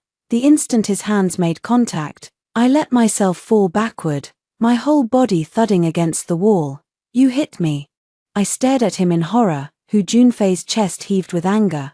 "I did not. Don't you dare spread lies." With that, he moved to yank out the USB drive. I pointed at him. "You did hit me. Everyone saw it." The next second, I lunged forward to grab the drive. "What are you afraid of, Dr. Hu? Let everyone see the rest." Hu Junfei came at me, using his height to his advantage as he shoved his hand against my face. I covered my face and shrieked, "You hit me again." With that, I grabbed him and immediately threw him over my shoulder. Then, I pinned him down, raised my hand, and slapped him hard across the face. 1, 2, 3, thank you, Hu Junfei. Back then, I was afraid you'd get hurt for me again, so I swore to become stronger myself and immediately signed up for judo and sonder classes. Feeling good now, Hu Junfei. Chaos erupted in the small banquet hall. Mrs. Hu charged at me, hitting me with her fists, calling me a shrew, and demanding I let go of her son. My mother let out a cry and rushed forward too, grabbing the woman by the hair and kicking her. The two women were locked in a fierce brawl, their shrieks deafening. My best friend rolled up her sleeves and jumped into the fray to help my mom, Mr., who grabbed a small leather bag and rushed to his wife's rescue. My brother spat in disgust. "Fuck, they dare lay a hand on my mom." My brother was about to step forward, but my boss grabbed his arm to stop him. My boss kept shaking his head and shooting me warning looks. Everything was falling apart. Total chaos. 23. In the end, this romance novel that began with a marriage proposal concluded with a bad ending at the police station. Hu Junfei's mother's face was completely scratched up, and she's threatening to sue us. My mom, who has a lifelong hatred for mistresses and unfaithful men, stood with her hands on her hips and declared, "Go ahead and sue.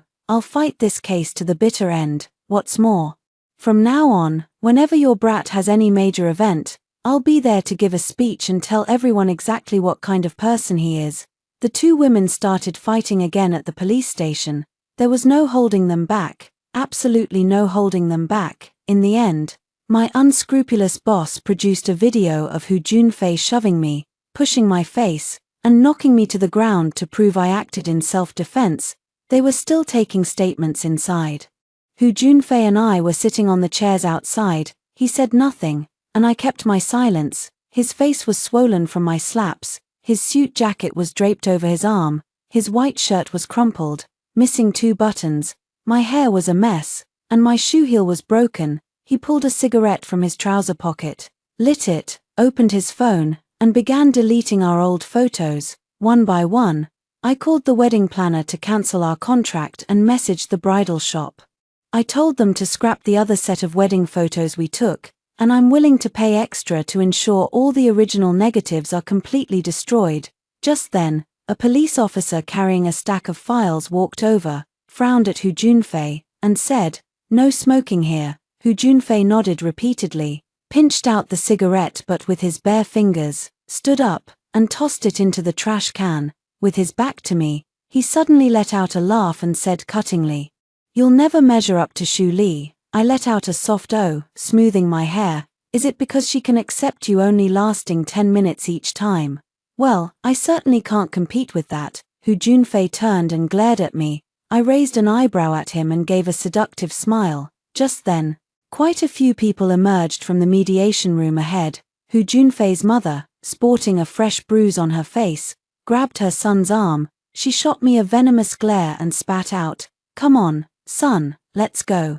You're handsome and well-educated. Next time, we'll find you a nice, respectable girl to settle down with properly." My best friend scoffed, clutching her newly bought shoes. She walked towards me. As she passed the mother and son, she muttered sarcastically, "With a mother like you, he'll never have a peaceful life." It looked like another heated argument was about to erupt. Suddenly, my unscrupulous boss, who had been talking to the police, snapped his fingers at me. "Chower. The matter's settled here. I'm heading out first." As if suddenly remembering something, the unscrupulous boss said, "Mr. Song from Tianxin Group has always had a crush on you. The young man is just over 30, already worth over $1 billion, and a Harvard PhD to boot. He didn't dare make a move before because you were engaged. Chower, if you're willing, I can set up a dinner for you too. There's no such thing as Qiansheng Group or Mr. Song, I knew it. The unscrupulous boss was just trying to save face for me. I gave him an okay sign. Sure thing, Boss Lee. The boss gave a wave. Alright, I'm heading off. Call me if you need anything. Okay, thank you, master. I rubbed my stinging eyes, changed into my new shoes, and left the place with my best friend, Hu Junfei and his mother went their separate ways. Like 2 arrows shot from a bow, there was no turning back. 24. I sold the marital home, when Hu Junfei and I divided our assets afterward. We argued as expected, but we managed to sort it out fairly smoothly. Hu Junfei wanted to wrap things up quickly and suggested we just leave the appliances his family had bought. His mother wouldn't hear of it. The family had paid good money for them, and she insisted on taking back every last item, down to the smallest phone charger. On the day they moved the appliances, his parents specifically asked Shu Li to come and help with the inventory. I had a company meeting and couldn't get away. My mom and my sister-in-law stayed at home with the checklist, making sure they couldn't take a single extra wire. I was on a business trip at the end of the month. When I got to the airport, it suddenly hit me. Today must be the day Shu Li is taking her second-round interview. Are you really going to just let it go? To dismiss the woman who barged into your love life like she was nothing. So you look down on her, think she's beneath you, and just let it slide, forget the past and move on. Is that it? I think I will, eventually, but not now. So, before boarding the plane, I sent Shu Li a text message. You have your second interview today, right? Did you reach out to the professor in advance? Are you fully prepared? Do you need Sister Chow to come cheer you on in person? After sending it, I powered off my phone. Then I boarded the plane, put on an eye mask, and went to sleep. 2 hours later, the plane touched down. I got into the prearranged car service and checked my phone. Aside from some work messages and emails, there were 2 missed calls from Shu Li, along with several text messages she'd sent. I ignored them for the moment, checked into the hotel first, and then had a brief meeting with the team. It wasn't until dinner time that I finally opened Shu Li's text message. Whatever it is, let's talk about it face to face after I'm done. You've already broken up with him. Isn't it a bit much to keep hounding him like this? Please, I've been preparing for the postgraduate entrance exam since my junior year. This means everything to me, more than my own life. The most recent text message, from 30 minutes ago, read, Xiao Xia, you really got me. I took a sip of the soup. Looks like the second interview is over, and it didn't go very well. Ever since that meeting, I've pretty much figured out Shu Li's personality, sensitive and fiercely proud, stubborn yet fragile. She's got a bit of cleverness, but life has been too easy on her, leaving her with too little real-world experience, like a fine vase, placed there looking proud and beautiful, but in reality, it's fragile and easily shattered. I smiled and sent her a text. On a business trip. Was just on the plane. How did the second interview go? It's just playing the innocent act. As if I don't know how to do that. A moment later, Shu Li replied, Xiao Xia, since you're so eager for me to be with your ex, fine, you'll get your wish. He's here with me now, keeping me company. Tonight, we'll have a wonderful evening together. Since you've broken up, I hope you'll stop bothering him. And stop bothering me. I immediately blocked her and stopped paying her any mind. I just hope she genuinely likes him, and isn't just doing this out of spite. But that's none of my business anymore. 25.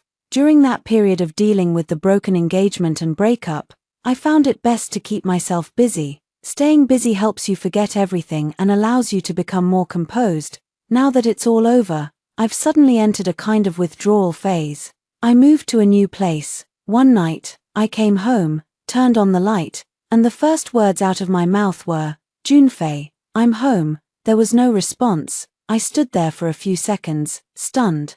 Before realizing I was alone in the apartment, or another time, around 5 in the afternoon, I took out my phone, scrolled through WeChat for that person's contact, and asked them, what are we having for dinner tonight? I scrolled for a long time, but never came across that familiar profile picture.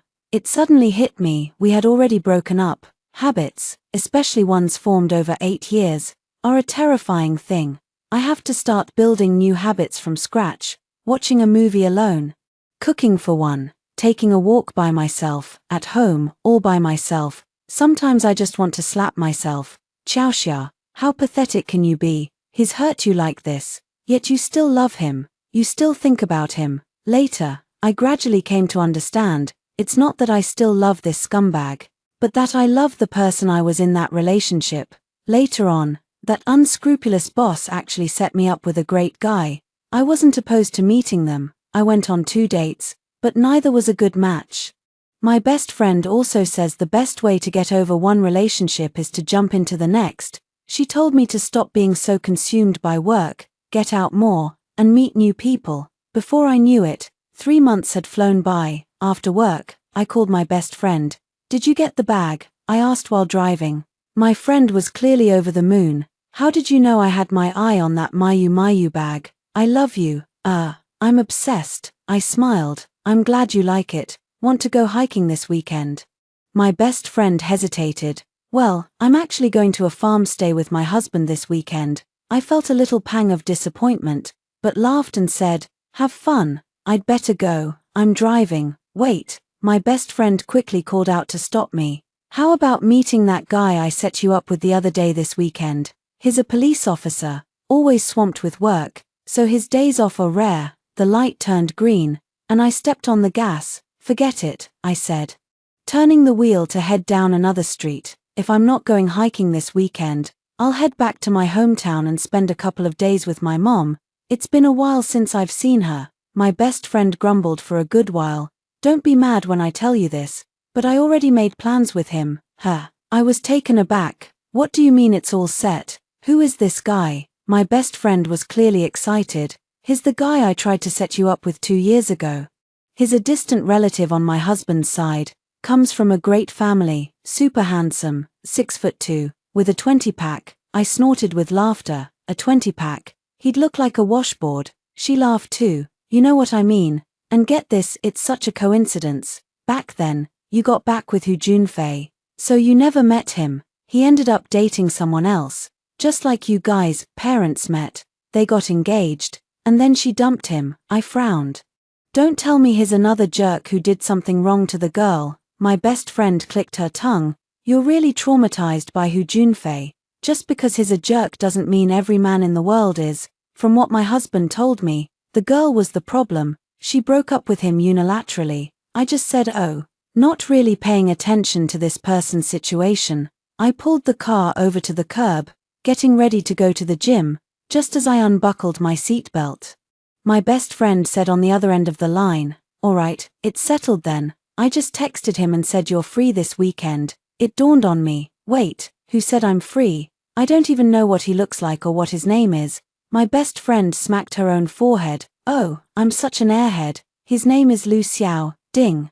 A photo came through. I clicked to open it, and it was a passport-style photo. He was genuinely handsome. Most people send heavily edited glamour shots to blind dates. But he sends a passport photo. Quite the character. 26. Honestly, I don't really feel like going. I came up with all sorts of excuses, and finally told my best friend I had a stomachache and might need to go to the hospital for an 4 drip. My best friend saw right through it instantly. "Yeah, right. We've already made plans on this end. If you don't show up, then I'll just bring him to the hospital to keep you company during your 4. Unbelievable. What else could I do? I had to go. I put on some light makeup, a fairly presentable dress, and drove over. I made it right on the dot, just in time for the appointment. Actually, finding that guy from the ID photo is pretty easy. The hot pot restaurant wasn't crowded. Most of the other customers seemed normal, except for the man sitting in the northeast corner. He was wearing a black casual hoodie and had this habit of glancing around while looking at his phone. I squinted, taking a closer look. He was way more handsome in person than in his photo. He kind of looked like that super popular idol who's everywhere lately, but a more rugged, tough guy version. He quickly spotted me, raised his hand and snapped his fingers to signal his location. That's a bit of a turn-off. With a smile, I walked over in my 10-centimeter stilettos. "Hello," I said, extending my hand confidently. "I'm Xiaoxia. The man stood up. He's so tall. My friend said he's 187 centimeters, but he seems even taller, like over 190 centimeters. The man shook my hand, polite and courteous. Hello, Lu Xiao. I gave his hand a casual glance. It was large, with distinct knuckles, long and elegant. The veins were visible on the back, suggesting considerable strength. Lu Xiao gestured with his chin towards the opposite seat. Have a seat. I sat down and had just set my bag aside. Lu Xiao said coldly, Miss Xiao, you're 3 minutes late. Alright, I admit it. Before coming into the shop, I made a quick stop at the mall restroom to freshen up my makeup. I chuckled and said, traffic's a bit heavy today. Lu Xiao replied, I just checked. The route from MS Xiao's place to this mall is clear at this hour. Well, this conversation is going nowhere. I wanted to leave. I forced a laugh and secretly set an alarm on my phone. Lu Xiao, sitting across from me, scanned the QR code to order and asked, what kind of hot pot base would you like? Whatever, I didn't plan on staying long. Alright, we'll get the split pot. Lu Xiao then asked, any food allergies? To any vegetables or meats? No. Lu Xiao quickly finished ordering and poured me a glass of water. I've picked a few of my favorite dishes, Miss Xiao. You can scan the QR code to add more if you'd like. I smiled. No need, I'll eat whatever Officer Lu orders. Just call me Lu Xiao. Alright, Lu Xiao. An awkward silence fell. Lu Xiao sat upright, his gaze fixed calmly on me. His eyes were cool and sharp, as if they could see right through a person. Feeling a bit uneasy, I cleared my throat softly. Are you usually busy with work, Mr. Lu? Lu Xiao. Busy? I casually asked. Busy with what? Lu Xiao. Sorry, I can't disclose that. Another stretch of silence. I turned on my phone to check the time. The alarm was set to go off in 8 minutes. Just then, the server brought over the hot pot and the dishes. Lu Xiao adjusted the heat and asked me, do you want to mix your dipping sauce? Me, no, thank you. Lu Xiao made an acknowledging sound as he used the serving chopsticks to stir the spicy broth. He glanced at me and asked, Miss Xiao, who's in your family? I took a sip of water. My mother, my older brother and his wife, and my nephew.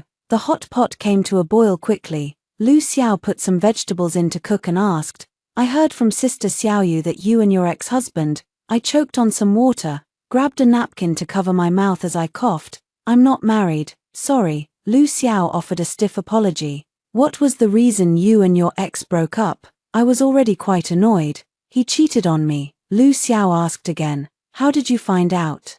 Can you describe it in detail? I organized my thoughts and was just about to speak when something felt off. We just met. Why on earth would I tell you? I'm sorry, that's private. With that, I turned the tables on him. Mr. Lu, I'm not a suspect. I'm under no obligation to answer your questions. Lu Xiao smiled.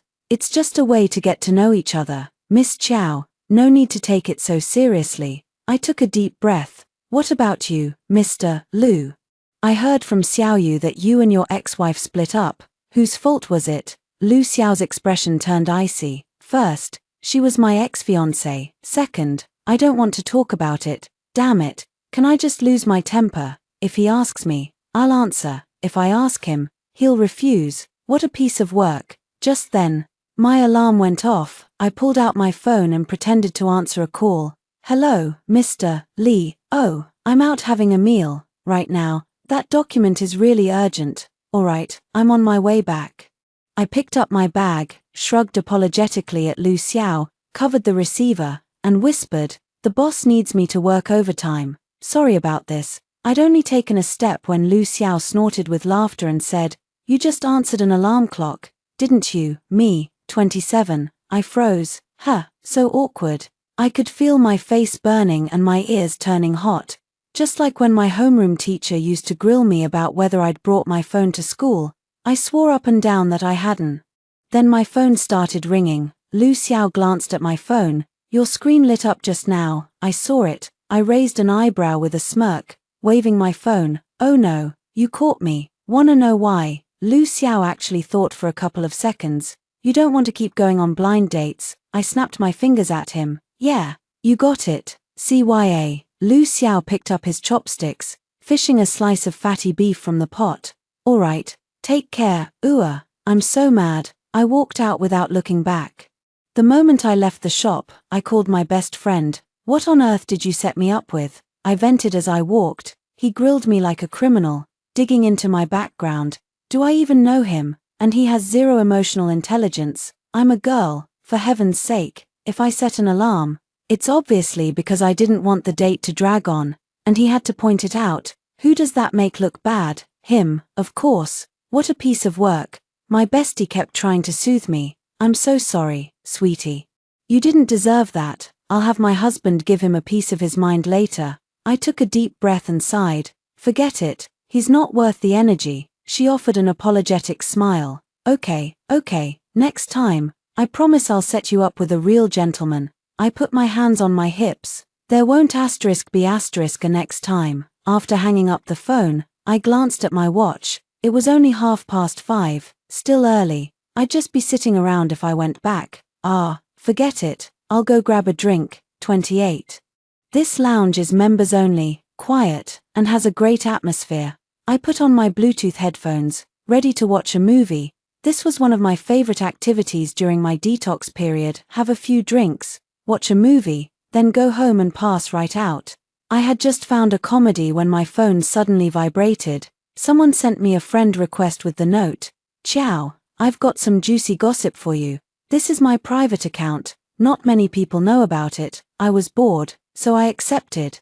It was clearly a new account, no posts, and the profile picture was one of those generic scenic photos. I waited a few minutes, but nothing happened, so I ignored it, took a sip of my drink, and got ready to watch the movie. Out of the blue, they sent me a few photos. I opened them, and they were screenshots of Hu Junfei's social media feed. The first one appears to be a surreptitiously recorded short video. It's taken from a distance and is quite blurry, seemingly in a study room. Hu Junfei and Shu Li are sitting together. He kisses Shu Li, and she doesn't pull away. The second one shows Hu Junfei and Shu Li holding hands.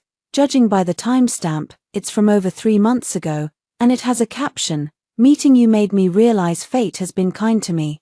Let all the unpleasant people and things drift away with the wind. I really, really like you, my girl." The third screenshot was from a social media post. Shu Li, wearing her graduation gown, was leaning against Hu Junfei. The caption read, "Congratulations on graduating, my girl, for the rest of my life. It's all you." My stomach churned, and I felt like I was going to be sick. I quickly downed half a glass of wine to steady myself. Just then, the whistleblower sent me a message. "Hi. Sister Chiao, don't get the wrong idea, I'm not that so-called doctor, and I'm certainly not that little schemer. I'm just a passerby. I've actually wanted to say a few words to you for a long time, but never got the chance. Recently, I saw that doctor proposed to his new girlfriend successfully, and I just couldn't hold back anymore. First of all, Sister Chiao, congratulations on getting out of that mess. That Dr. So-and-so might look respectable, but he's a real flirt. To my knowledge, he's hit on at least 2 junior female students in our department. The year before last, their research group went out for dinner and karaoke. He ended up getting a phone number from some random girl. Just a few days later, I saw him having a meal with that girl. What they got up to afterwards, I have no idea. P.S. That girl wasn't Shu Li. Shu Li's behavior is even more appalling, even after you two got engaged. She kept coming to the lab to ask him for advice on her work. Once, I saw some PhD student explaining math to her, kissed her, and she didn't pull away. I don't know if Sister Chiao was heartbroken after you broke up. All I can say is, congratulations to her for dodging a bullet. She shouldn't waste a single tear on that scumbag. Alright, I won't bother you anymore. I'm deleting you. Wishing you all the best in finding happiness. I stared at these messages coming in one after another. Not quite processing them yet. When I went to message the informant, I found they had already blocked me. My guess is, the informant is probably a fellow student of Hu Junfei's. It looks like Hu Junfei and Shu Li had some kind of intimate contact, and it was right around the time of our engagement. What's even more disgusting is that Hu Junfei wasn't just flirting with Shu Li. There's a high probability he's been involved with other women too. My vision went dark, then darker still. My hands trembling, I took out my phone and dialed the number I'd memorized for 8 years. ready to confront him. My finger hovered over the green call button, and I stopped. We were already broken up. Even if he admitted it, what would be the point? I asked the waiter to open a bottle of wine and downed several glasses in a row. Honestly, it was more revolting than swallowing a fly. 28. I had too much to drink. The lounge manager offered to call me a ride, but I declined. I just want to get some air and clear my head. Why, just when my wounds are almost healed, you come and rip the scabs off again. I've had too much to drink. I'm a bit unsteady on my feet. I just took off my high heels and walked barefoot, walking and crying. You bastard, you scum. My phone rang. I just picked up. And my best friend asked anxiously, Shasha, are you okay? I've been calling you for ages. Why didn't you answer? I crouched on the floor and burst into loud sobs. My friend hurriedly asked, what's wrong? Did that jerk Lu Xiao upset you? I'll get old Zhao to call and give him a piece of my mind right now. I was crying so hard I could barely catch my breath. Hu Junfei, he's going to marry Shu Li, my best friend said. You sound off. Have you been drinking? Getting drunk over that scumbag isn't worth it, sweetie. No, I shrieked hysterically. I just found out today that he hooked up with someone behind my back. It wasn't Shu Li, it was some other girl. There was a heavy silence on the line. My best friend said through gritted teeth, that bastard. I burst into tears, sobbing. Xiao Yu, my life is a mess. I've been betrayed, and no one loves me. I'm so miserable. My best friend quickly tried to console me. It's not that bad. You still have me. Where are you? I'll come pick you up. I shook my head. I don't know. I have no idea where I am, my best friend said gently. Then send me your location. Don't wander off. Okay, I sent my location. Then sat on the curb and cried. After crying for a while, my head felt much clearer. I put on my shoes, stumbled to my feet, and started walking toward the bridge, leaning on the railing. The cool breeze felt wonderfully soothing. I told myself it's better to find out now than after getting married. It's okay. It's all in the past. Just then, a car horn sounded from behind me. I turned around and saw an SUV parked by the roadside. A very tall man got out. He looks familiar. Who is he again? Oh. It's that guy I met today. Now I'm even more annoyed. What are you doing? Lu Xiao stood in front of me, sniffed the air, and asked with a cold expression, drinking in the middle of the night, planning to jump in the river. Screw that. I ignored him and turned to leave. Lu Xiao followed behind me. Xiao Yu called me and gave me a real earful. If I offended you with my words today, I can apologize. But for you to go and get drunk and do something dangerous because of it, that's just foolish. Enough already, I yelled at him. Don't flatter yourself. This has nothing to do with you. Lu Xiao sneered. Oh, so it's because of an ex. Even more pathetic. I pressed a hand to my tight chest and turned to leave, only to twist my ankle. A strong hand caught my arm. Let go, I said coldly. You can barely stand. Lu Xiao said, pulling me toward the car. I'll take you to your friend's place. Come on. I tried to pull my hand back. Mind your own business. His grip only tightened. I'd had enough. I stepped forward, grabbed him by the collar, and got ready to throw him over my shoulder. But it didn't budge an inch. I turned my head and saw a mocking smile on the man's face. Furious, I let go of him, lost my balance, and landed hard on my backside. How utterly humiliating. Lu Xiao reached out his hand to help me up. You just assaulted a police officer. I swatted his hand away and taunted.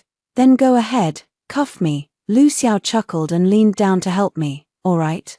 Miss Chiao, enough of this. Let me take you home. Suddenly, I remembered the photo the whistleblower had sent me. In a fit of anger, I spoke without thinking. Hey, Officer Lu, wanna sleep together? The moment the words left my mouth, I regretted it, cursing myself for spouting nonsense after a few drinks. I was just about to tell Lu Xiao not to take it seriously, that I was just in a bad mood and joking. Who knew he'd actually think it over for a few seconds, then grunt, all right, 29. 3 in the morning, I lay naked in bed, a man who was half a stranger behind me. Now I was completely sober, and my memory was painfully clear. I buried my face in my hands. Oh my God, what on earth have I done? Everything that happened in the last few hours is utterly mortifying to recall. I remember getting into his car. No one said a word the whole way, not when we entered the complex, not in the elevator, and not even when we reached the door, once we were inside my place. I was about to say it was getting late and he should leave. He was the first to speak, asking, "Shall we get straight to it, or do you want to shower first?" Once again, I spoke without thinking. "Let's just get straight to it." The moment the words left my mouth, he pulled me into his arms. A rough, predatory kiss swept over me, leaving me almost breathless. He paused for a moment, his voice low and husky. "How tall are you?" My mind was still reeling from the kiss. 5'3", he chuckled softly. "A bit on the short side." I was annoyed. "Excuse me." He kissed me again immediately after. "You have to bend over so far to do this. It's uncomfortable," I said sarcastically. "What's the matter, Officer Lou? Bad back?" He gave me a little bite. "You'll find out just how good my back is soon enough." "Fine, I understand." In the time that followed, I drifted in and out of consciousness, crying non-stop. But to be honest, it was really, really good, and their figure was amazing. The man behind me cleared his throat softly. I quickly shut my eyes, pretending to be fast asleep. He tucked the blanket around me, pulled me close, and went back to sleep. I didn't dare move a muscle. For some reason, I felt a little happy. When I woke again, it was already 8 o'clock the next morning. My head was pounding, my body ached all over, and the space behind me was empty. Could they be in the living room? I got dressed, but the moment my feet touched the floor, my legs gave way and I collapsed to my knees. After a moment to steady myself, I pushed up, leaning heavily on my aching back. Stepping out of the bedroom, I was met with an empty, silent space. They were gone. A vague sense of disappointment washed over me. I shrugged it off, just another part of the grown-up game, I suppose. Suddenly, my attention was drawn to the food on the dining table. On the table sat a carton of milk, for steamed buns, and a small dish of side vegetables. Underneath the milk carton was a piece of paper, the handwriting on it neat and firm. "Miss Chow, something came up with the team, so I have to head out. I got you some breakfast, just heat it up before you eat." I twisted the piece of paper between my fingers. "Miss Chow, what a distant way to address me." "Oh well, we were never more than acquaintances anyway." I tossed the note into the trash can. I opened my phone to find a bunch of messages from my best friend, asking how I was and to call her back once I sobered up. I called her. "Hello," my best friend said anxiously. "Girl, you finally picked up." I smiled. "Just woke up, feeling a bit guilty." I cleared my throat and asked awkwardly, "How come it was Lu Xiao who picked me up last night?" My best friend said, "When you sent me your location, my husband Lao Jiao was on the phone with Lu Xiao." "What a coincidence. He was near the bridge. We figured since he's a detective, it was best to have him take you home. That guy wasn't too keen on it at first." "Hey Xia, did he say something nasty to you again?" My face was burning. "No, not really." Worried my best friend might catch on, I quickly added, "He said I'm too short." My best friend said angrily, "You're not short at all, just ignore him." Amham. After hanging up, I smiled to myself. That smile didn't last long. "There's a meeting Monday morning. Damn it, I'm totally late." 30. I rushed through my morning routine to get to the office, and by the time I'd dealt with everything, it was already noon. I rubbed my sore neck and shoulders, opened my phone, and saw that someone with a basketball star as their profile picture had sent me over 20 photos of delicious-looking food. Then this person asked, "So, what are you having for lunch?" I don't remember when I added this person. "Oh, I used to order takeout from restaurants in the business district near my office." Probably a promotional ad from one of the owners. How annoying. "No, thank you," I replied. The boss replied instantly, "Okay, sorry to bother you." I got back to work. Nearing the end of the workday, the restaurant owner with the soccer star profile picture sent me another 20+ photos, asking in a robotic way, "What would you like for your afternoon meal?" "I can deliver it. I'm getting a bit annoyed." "Busy, not eating. Do not disturb." "Thanks." The reply came, "Okay, sorry to bother you." I blocked them right away. What kind of restaurant is this? Spamming 40 or 50 pictures a day. They've got issues. I made a cup of coffee and opened my call log. I made a call and saved the number before meeting Lu Xiao yesterday. Should I call him? No, why should I be the one to reach out? It makes me look desperate. But then again, He really is the type to turn cold as soon as he gets what he wants. Maybe he's genuinely swamped at work and hasn't had a moment to call. I waited for 2 whole days, and he never reached out. Damn it. So you're just treating me like a one-time fling. A wave of inexplicable anger welled up inside. Just then, the assistant knocked on the door and entered, holding a small cardboard box. Mr. Chow, there's a local courier delivery for you. It just arrived. I quickly composed myself and said with a smile, hand it over. The moment I saw the sender's name on the package, my face fell. It was Shu Li. I wanted to just throw it away, but I was also curious about what she had sent me. I opened it and saw, oh, it's a wedding invitation. Mr. Hu Junfei and Ms. Shu Li are getting married on July 20th and cordially invite Ms. Chow Xia to attend. There was also a note, which read, Ms. Chow, I've let go of all the unhappiness from the past. Both my fiancé and I would love to have your blessing. By the way, I heard you're still single. Poor you. Come to the wedding. Maybe we can introduce you to the handsome groomsmen. And at the very bottom, there was a smiley face drawn. What rotten luck. Disgusting. Damn it, that just makes me even more pissed off. I had a brain fart and did something stupid again. I dialed Lu Xiao's number. It rang twice before he picked up. Hello, came a breathless voice from the other end. I immediately regretted calling. Are you busy? Just then, I heard a strange man's voice grumbling on the other end of the line. Lozy, what are you running for? You knocked my water all over the place. Lu Xiao cleared his throat twice and asked, is there something you need? Miss Chow, I took a deep breath. Are you free tonight? Lu Xiao paused for a few seconds. What's wrong? What a sharp man. I hesitated for a couple of seconds. My god-awful ex is getting married. That woman sent me an invitation, mocked me for being single, and even offered to set me up with a groomsman. Lu Xiao let out a low chuckle. So, you're interested? I pressed the back of my hand against my slightly flushed cheek. Well, Lu Xiao, I can't make it tonight. Something's come up, I quickly said. Sorry to bother you. With that, I hung up the phone. So embarrassing. This is so humiliating. I got turned down. Wara, 31. I got home in the evening, put on a face mask, and was just about to go to sleep. The phone rang. It was Lu Xiao. A little surprised, I answered. Hello. Lu Xiao's low voice came through. I'm downstairs. Can you let me in? Huh? I froze for a moment. Oh, right, okay. I hung up the phone and sprang to my feet in an instant. I quickly dabbed on some color-correcting primer, made a point of applying blush, and slicked on a very fresh, youthful lip color. Once I was done, I unlocked the door. Not long after, a knock came at the door. I opened the door to find Lu Xiao with a bulging bag of groceries in her left hand and a paper bag in her right. Why are you carrying so much? Lu Xiao stepped inside and, making herself at home, changed into slippers. I saw your fridge was practically empty the other day. I happened to pass by the supermarket, so I thought I'd stock you up a bit. I glanced at my phone. What supermarket is open at 11 at night? Suddenly, I realized I was in my nightgown, and it was pretty obvious I wasn't wearing anything underneath. Awkward. Lu Xiao clearly noticed too.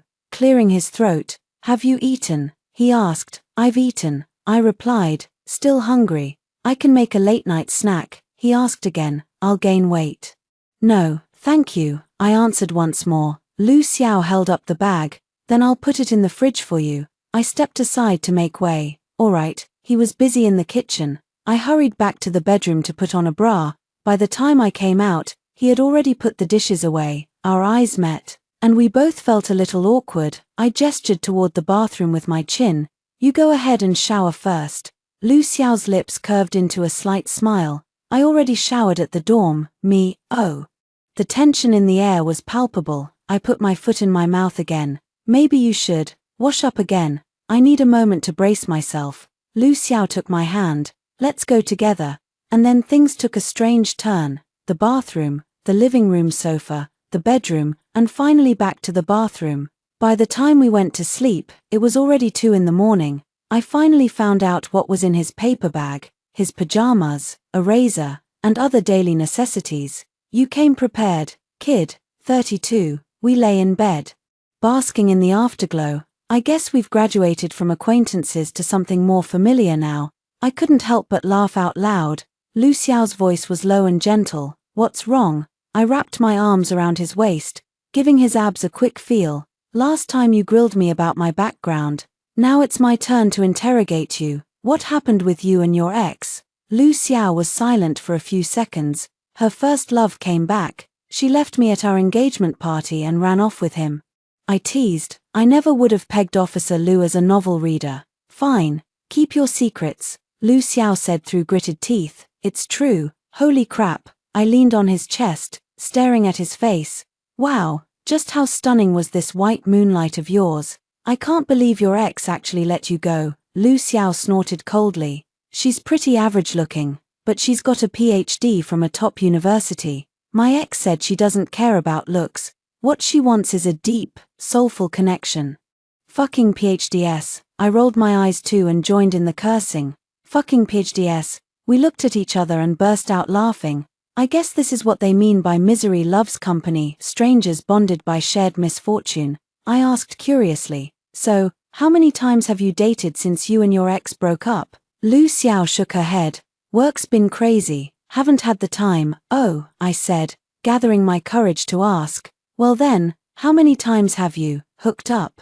Lu Xiao looked me straight in the eye. Once. Just you. My heart is racing for no reason. Lu Xiao asked. How about you? Have you dated anyone since the breakup? I told the truth. My unscrupulous boss set me up on a few blind dates. We went out for meals, but I wasn't interested in any of them. You're the first person I've really connected with. A smile touched Lu Xiao's lips as he held me tighter. I smiled. We're so close now. How about we add each other on WeChat? Lu Xiao pursed his lips. We already did, but you deleted me the day before yesterday. I sat bolt upright. What the hell? I smacked my forehead, pointed at him in disbelief. Now I remember.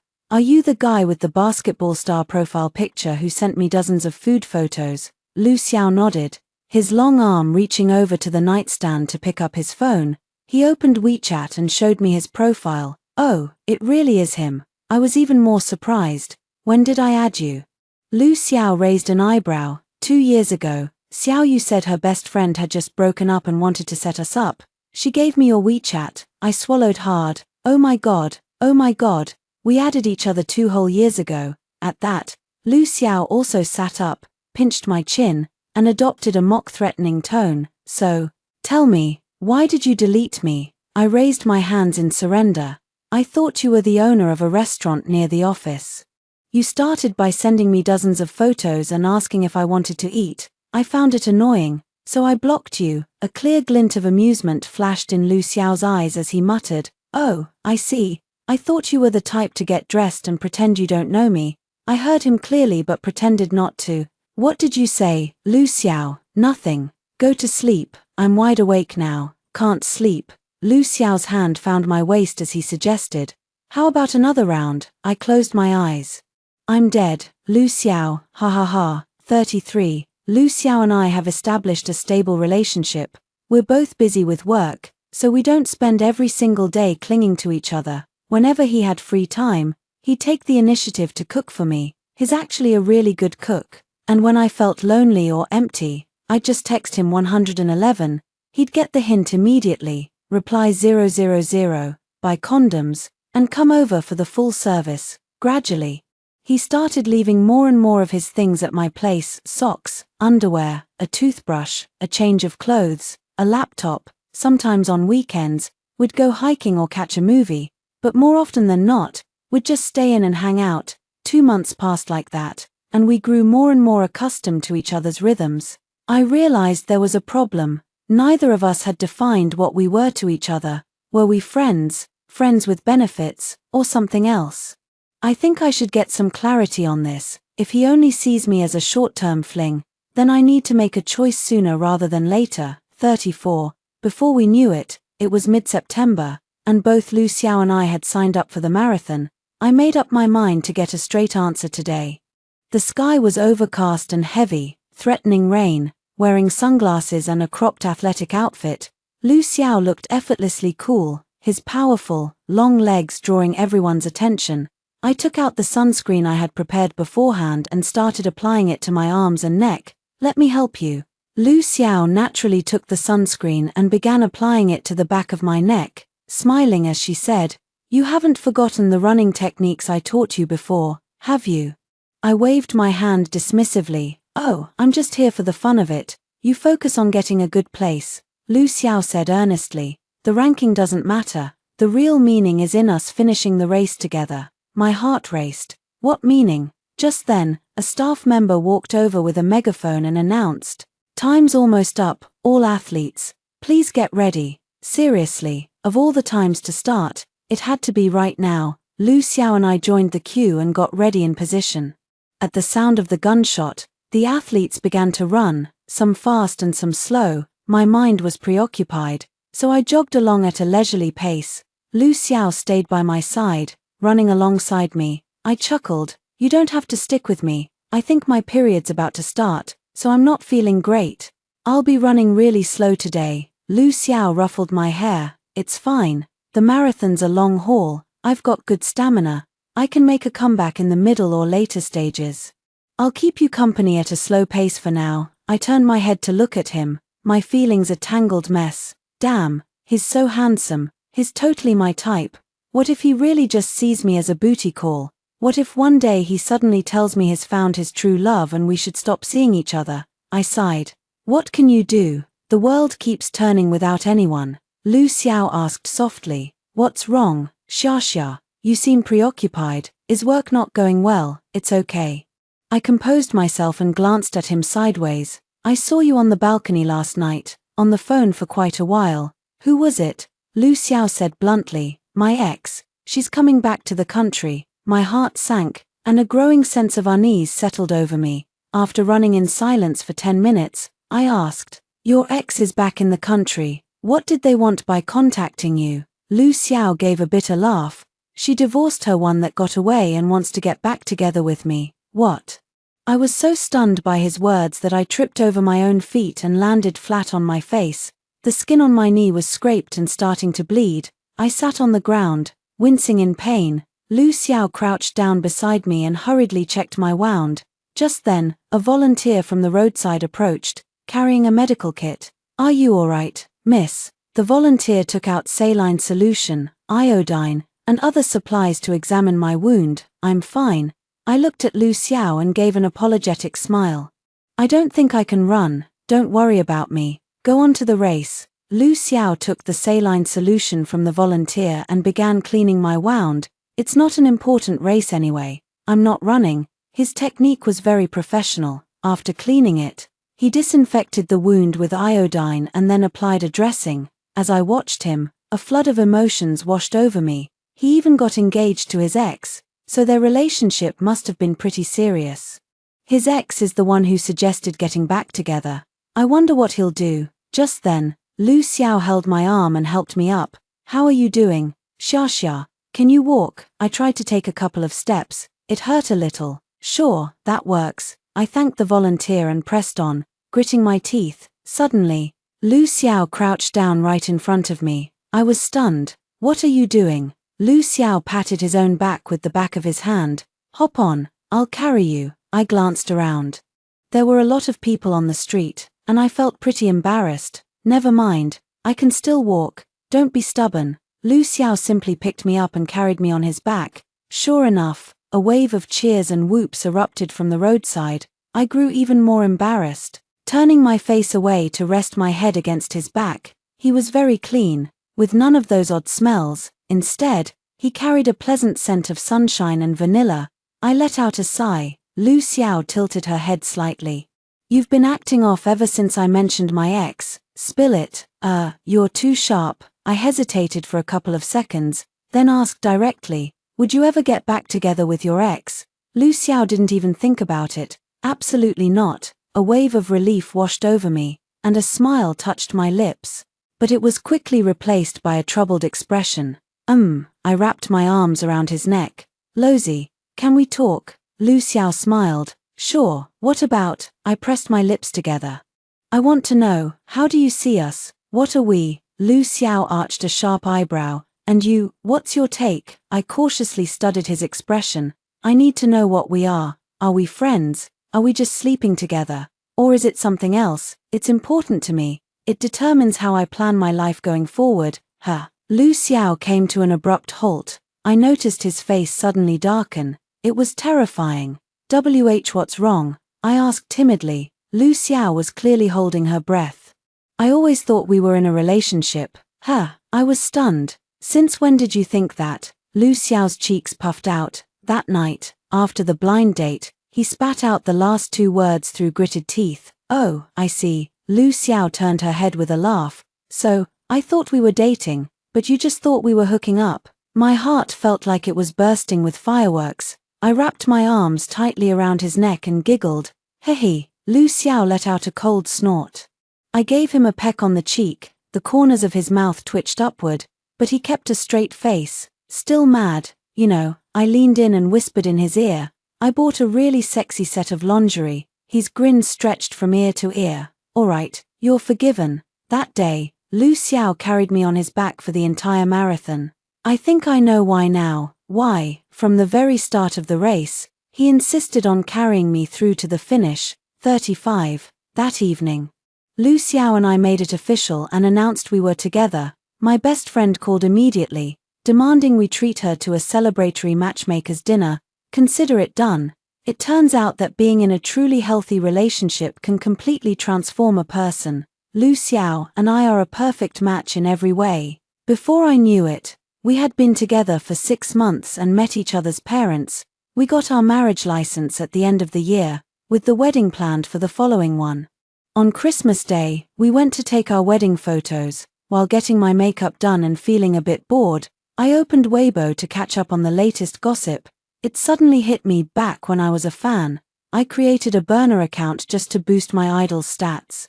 That account is still mutually following my ex. It's kind of surreal to think about it now. The whole messy breakup with Hu Junfei and that agonizingly long withdrawal period feel like a lifetime ago. It dawned on me that it had been so long since I last cried for him. In fact, I hadn't even thought of him in ages. I logged into my alternate account, and the back end showed 99 plus messages. When I opened them, the vast majority were private messages from Hu Junfei, 36. I scrolled up. The first private message was from March, back when we had that awful falling out and had just broken up. Hu Junfei, Xiao Xia, a woman with your personality will never find a man who wants you. Lily is 1,000, no, 10,000 times better than you. She's younger and prettier. I hope the next time we meet is at the other's funeral. No, scratch that, you'll definitely die before I do. I let out a cold laugh, deciding not to look any further, but out of sheer boredom. I grew curious about what he had said about me. There were a few private messages from late March, around the time Shu Li failed her postgraduate re-examination. Xiao Xia, how shameless can you be, bullying a girl barely in her 20s? Just so you know, we're together now. Being young is just different, so fresh and tender. He also included a photo of him kissing Shu Li. I felt sick looking at it and gagged a few times. I kept scrolling down. Back in April, he had sent me a few drunken voice messages. They were too long, so I just listened to the last one. It was only 3 seconds. Xia Xia, I miss you. I let out a cold, derisive laugh. There were quite a few messages in May and June. Xia Xia, I know you've given up on this account, but I won't. It's the only way I have left to reach you. It's strange. Right after the breakup, I hated you so much. I wished you were dead. But as time went on and I calmed down, I suddenly started missing you. One day, I came home. As I was changing my shoes, I instinctively called out, Xia Bao, I'm home. When Shu Li heard about it, she made a scene, wrist-cutting, heavy drinking, the whole ordeal. I was terrified of her. You would never do that. You're always poised and elegant, confident and gracious, handling everything with perfect order. I read through these messages. He once adored that distant, unattainable ideal, but once he finally possessed it, he found her too cold and aloof. I continued scrolling down. Xia Xia, Shu Li is pregnant. You know, I really want to push her down the stairs and make her lose that baby. I know exactly what she's after. Her mother is sick, and she needs a stable home and a sucker to keep the money flowing in. I suggested that since we're still young, we should hold off on having kids for now. She immediately confronted me, asking if I still had feelings for you. I didn't dare say yes, because she's like a ticking time bomb. Always on the verge of exploding. I'm about to graduate, I can't let her ruin my future. We bought a very small house, just 2 bedrooms, and we still have to set one aside for her parents. Every time I come home and see her mother, I go crazy. I keep wishing she would just die, but she just won't. I know I've become sick in the head, but I can't control myself. Reading these messages sent a chill down my spine. My read on him was spot on back then. Why was he stringing Shu Li along while still clinging to me so desperately? Because I was his best option. Romance and poetry are built on a foundation of material comfort. Once it's stripped down to the daily grind, all that's left for his girl is a slow-burning resentment that builds over time. I kept reading. In July, Hu Junfei posted a wedding photo. In the picture, Shu Li was smiling sweetly and happily, and Hu Junfei was also smiling, but his eyes held a cold indifference. Xia. I don't want to marry her anymore, just say the word, and I'll leave with you right now. I'll give up my studies, give up everything. Xia, I love you, please forgive me. Okay, I'll come find you tomorrow. My heart skipped a beat. Had Hu Junfei really been looking for me? I quickly read on. The next day, Hu Junfei sent a photo, and in it was Lu Xiao. Xia, I came to find you. I snuck into your new complex, but I didn't dare disturb your rest. I sat downstairs the entire night. Then, the next morning, I saw him. I saw you two come out holding hands. Is he your new boyfriend? Can you tell me what he does for a living? Is he good to you? Tell me, it's important to me. I frowned and scrolled down. There were quite a few messages from August as well. Xia, I called Xiaoyu to ask about you, but she wouldn't tell me anything. She warned me not to disturb your peaceful life. Xia, are you happy? I'm not happy at all. Shuli is getting further along in her pregnancy, and her temper is terrible, so willful. I'm the only one supporting the family now, and I'm exhausted. I let out a cold, mocking laugh. There wasn't much news in September, except for a photo Hu Junfei sent of Lu Xiao giving me a piggyback. Right after that came another dozen or so 60-second voice messages. Couldn't be bothered to listen. Finally, he sent a text message. You two look good together. Sometimes I really wish I could turn back time, so that the man carrying you forward would have been me. Throughout October and November, his complaints about Shu Li were still the main theme. Back in December, just a few days ago, he sent a message. Xia, I heard you're getting married.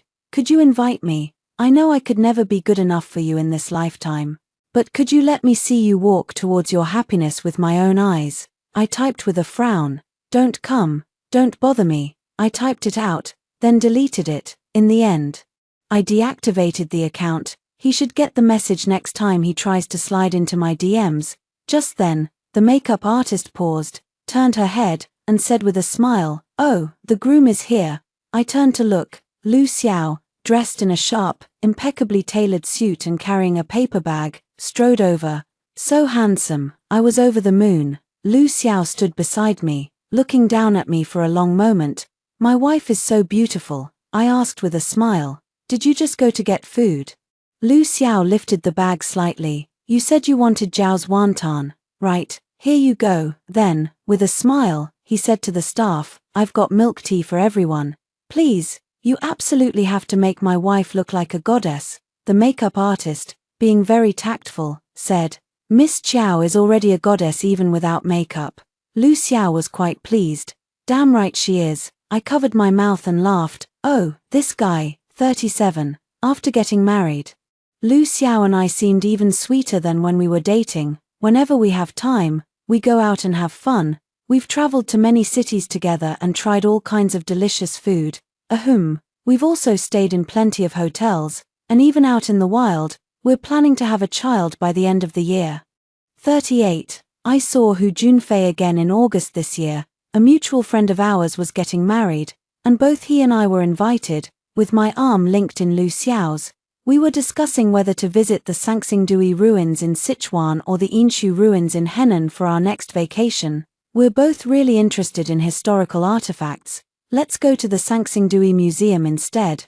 Lu Xiao's eyes lit up. I've been dying to see the bronze standing figure in person. I agreed. After that, We can head to Chengdu and spend days feasting on hot pot. Lu Xiao pinched my cheek. No way, that stuff is too harsh. Your stomach isn't great, you'll have to tough it out, I grumbled. We could ask for less spicy. Lu Xiao was firm. Even the mild version of Chengdu hot pot is seriously spicy. I'd been pushing myself too hard at work the previous month and ended up with acute gastroenteritis, which really worried Lu Xiao.